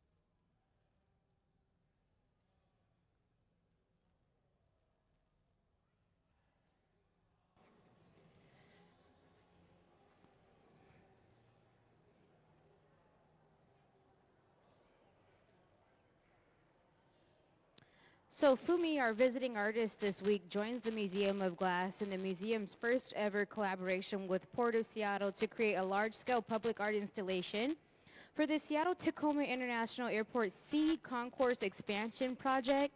So when these are finished and they roll up the pattern, then they're going to create these very large discs, so kind of like big circles of glass color. And they will be installed at the airport at a different point in time. So look out for the work if you're passing through the airport. Can we please see some of Fumi's past works to learn a little bit about her art?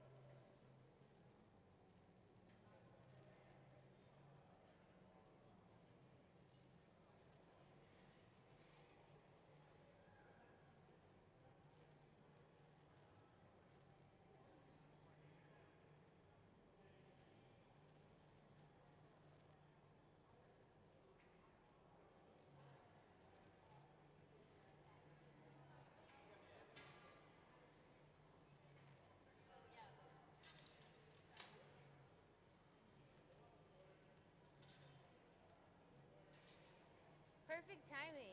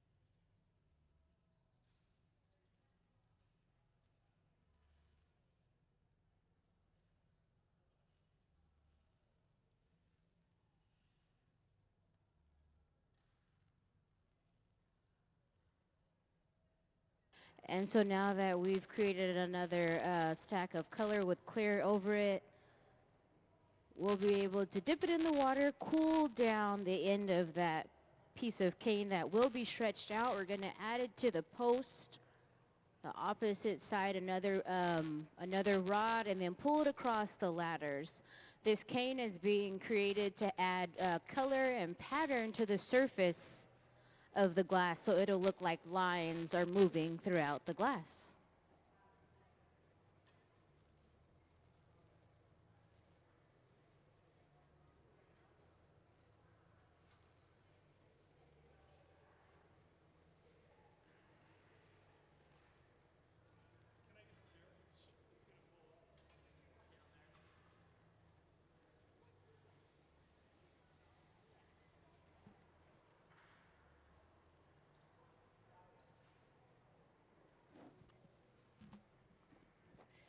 The glass is kind of like Laffy Taffy or a hot Jolly Rancher, and then when it cools down, it stiffens back up again.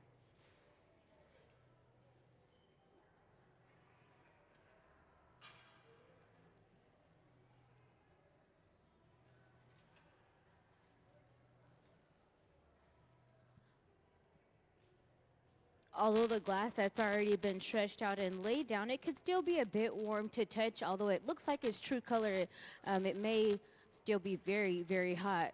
Everything that we're working with and the heat temperature ranges are well above 1800 degrees during the process. So it takes a little time to cool, that they're going to chop it down once it is cool. This one looks to be a little bit more of a green color on the outside and then a white in the core. Our visiting artist for the week again is Fumi Amano. Fumi's a Japanese Snohomish-based artist, and this work will go into the SEA-TAC airport at the sea concourse. They will become very large discs of glass, so we refer to those as rondels as the technical term.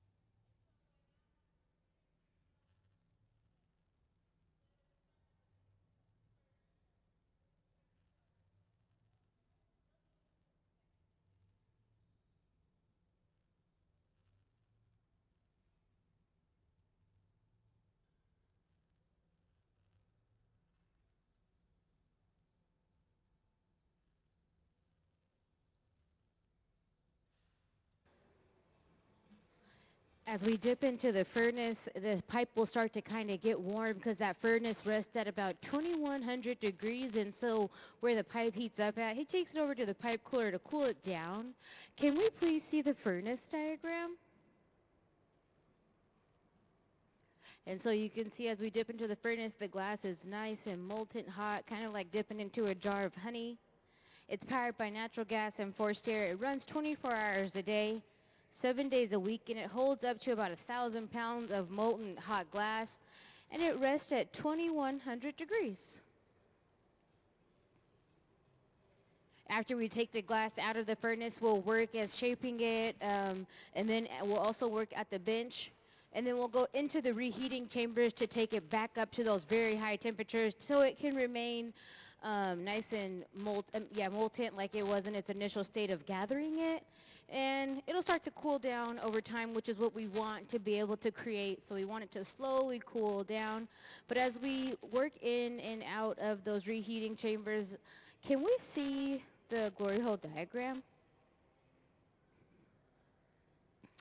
You'll see they're powered by natural gas and forced air, and they're used to reheat the glass to keep it from breaking. And the glory holes rest at about 2300 degrees. And it's a hollow fire brick that's lined in this barrel that can withstand those really high temperatures.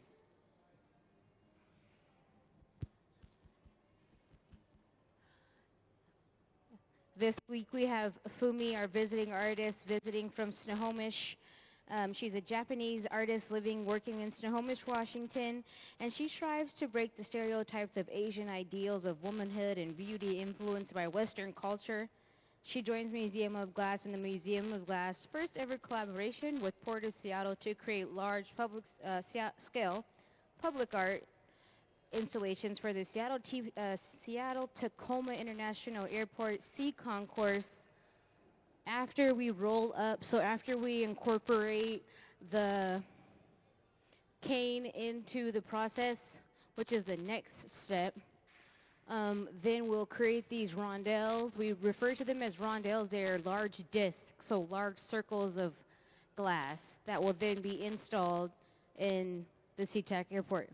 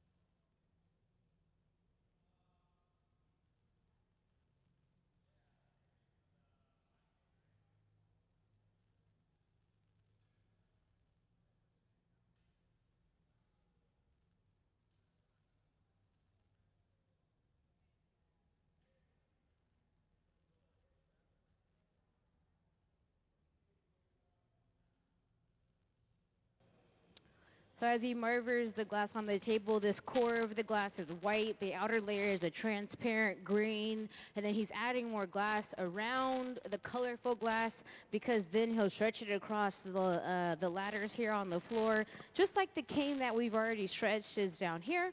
After that cane is then stretched out and cooled down, we'll chop it down and then lay it in this fashion to be rolled over a bubble. What this does is this gives us pattern, it gives us lines in the surface of the glass, but that's just how many steps it takes to get to that. And so when you look at the pieces up on the balcony by Lino, you'll see that there's so much dedication to the process, and there's so many steps within the work to create one piece. And so what we've done today in the hot shop is pull cane. Our visiting artist, she has on the gray hat on the hot shop floor. Her name is Fumi. She'll be here working with us for the week. Can we see some of Fumi's past works?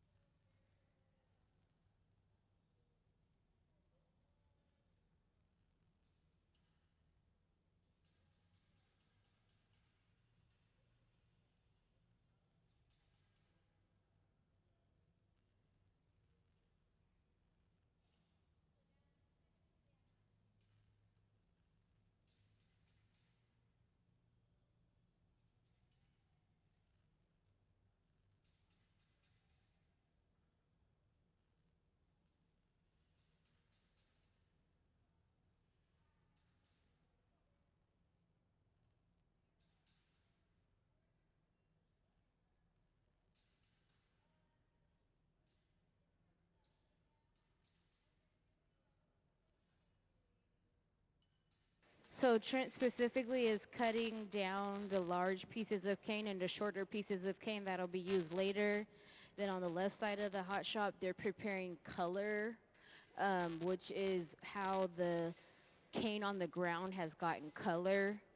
Then on the right side of the hot shop, we have a large piece, kind of like a log of color that'll be stretched out across the ladders here on the ground to create cane. So right now, everything that we're working on is in an effort to pull the glass out across the room.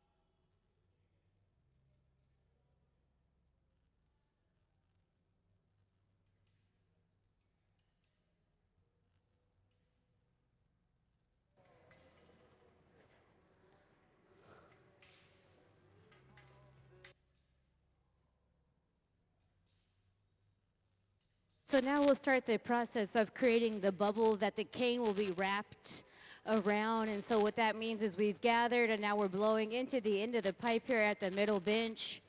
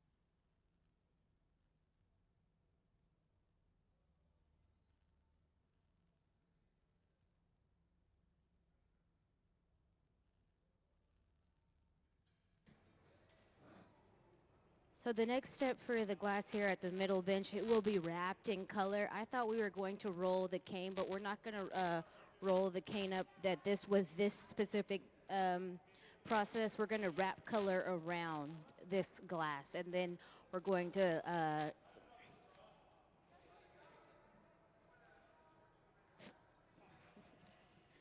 rake the color, and so it'll start to make different movement on the surface of the glass.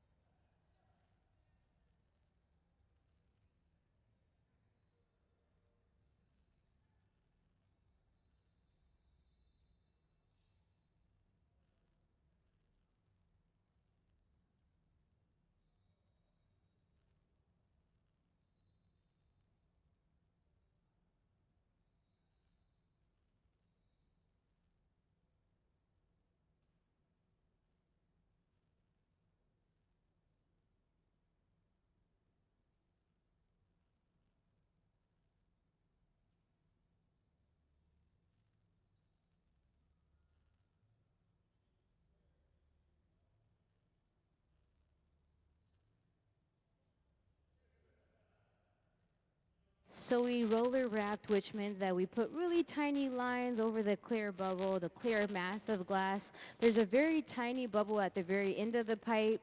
We're going to rake the lines to make them move in different directions.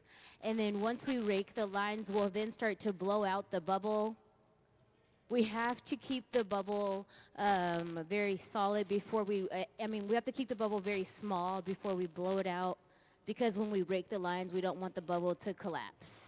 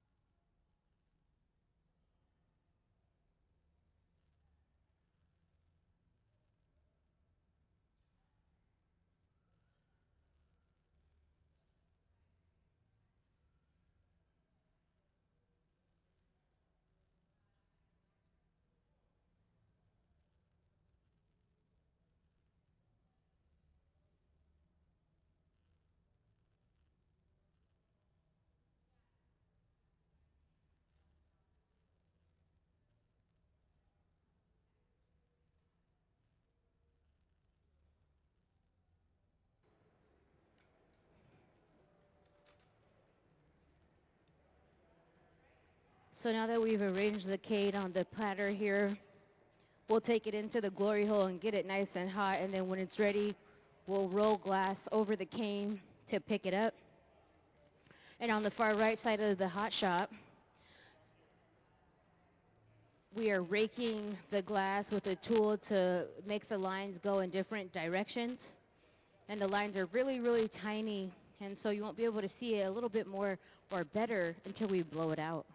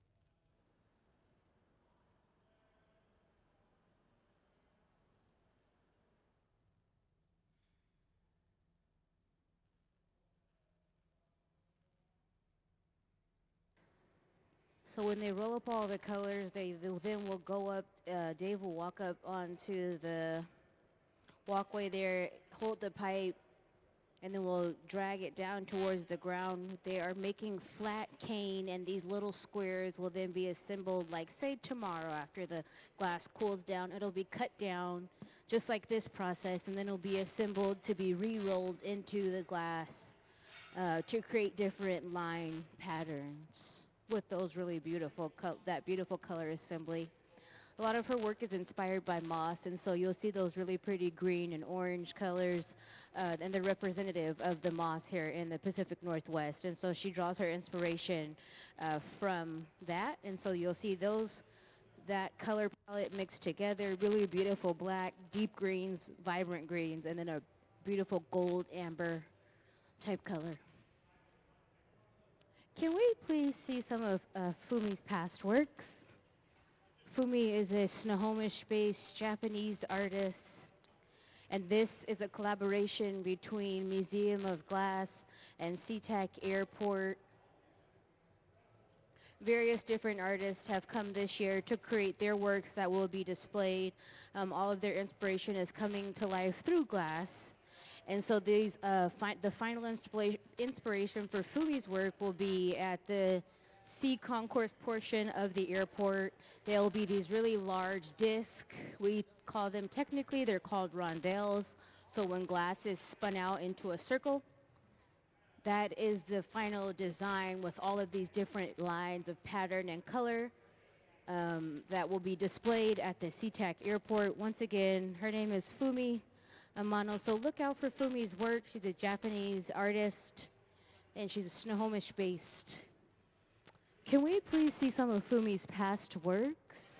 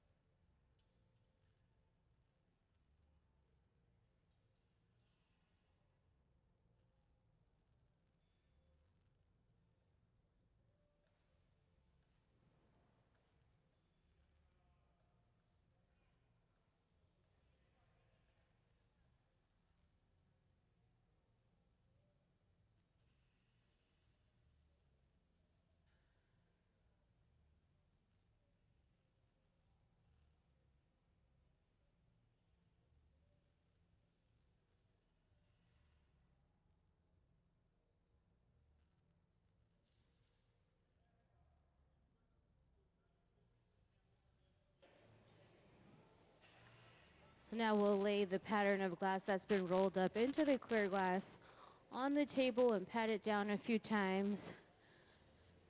And then we'll go over to the far right side of the hot shop. and allow gravity to start to pull it down, and then he'll also stretch it with his tool.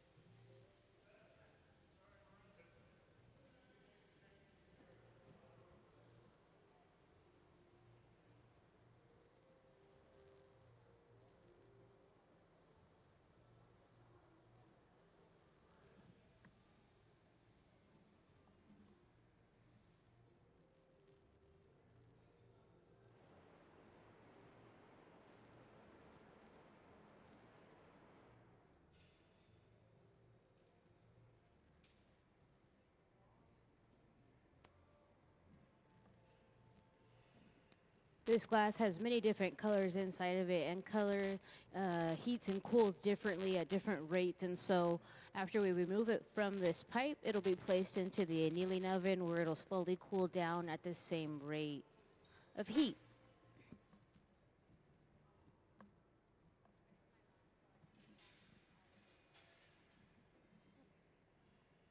So we'll take it after it breaks off, and then we'll place it into the annealing oven where Trent is standing.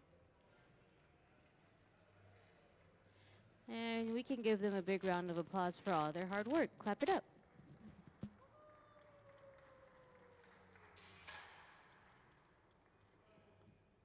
And then it has to go into the annealing oven where it'll slowly cool down overnight. And then tomorrow we can chop it up.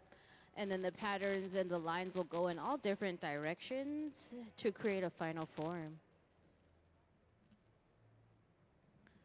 Can we see the glory hole diagram?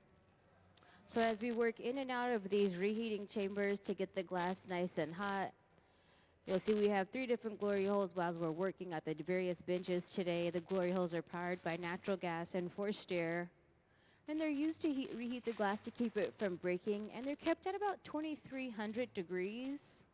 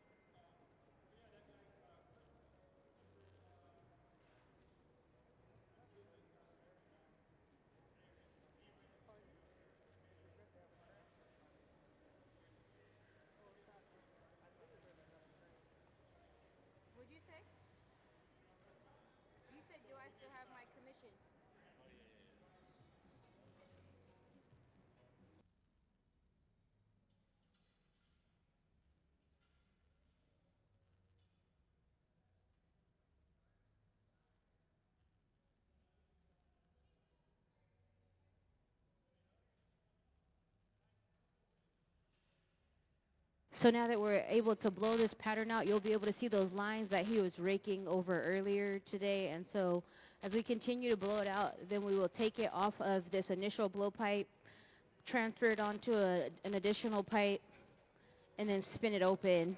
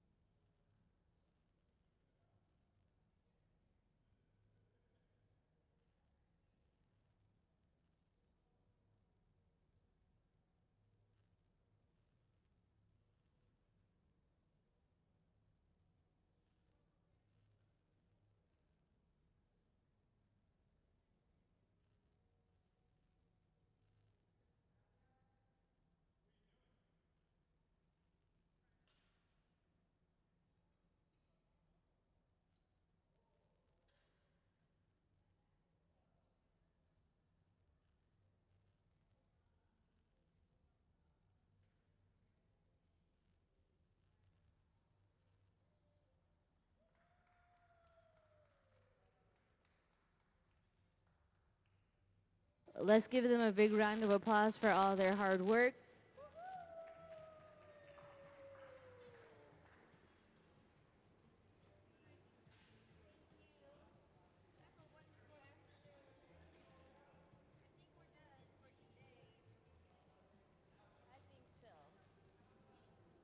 Thank you guys so much for hanging out here at the Museum of Glass. I hope you're having a beautiful Wednesday.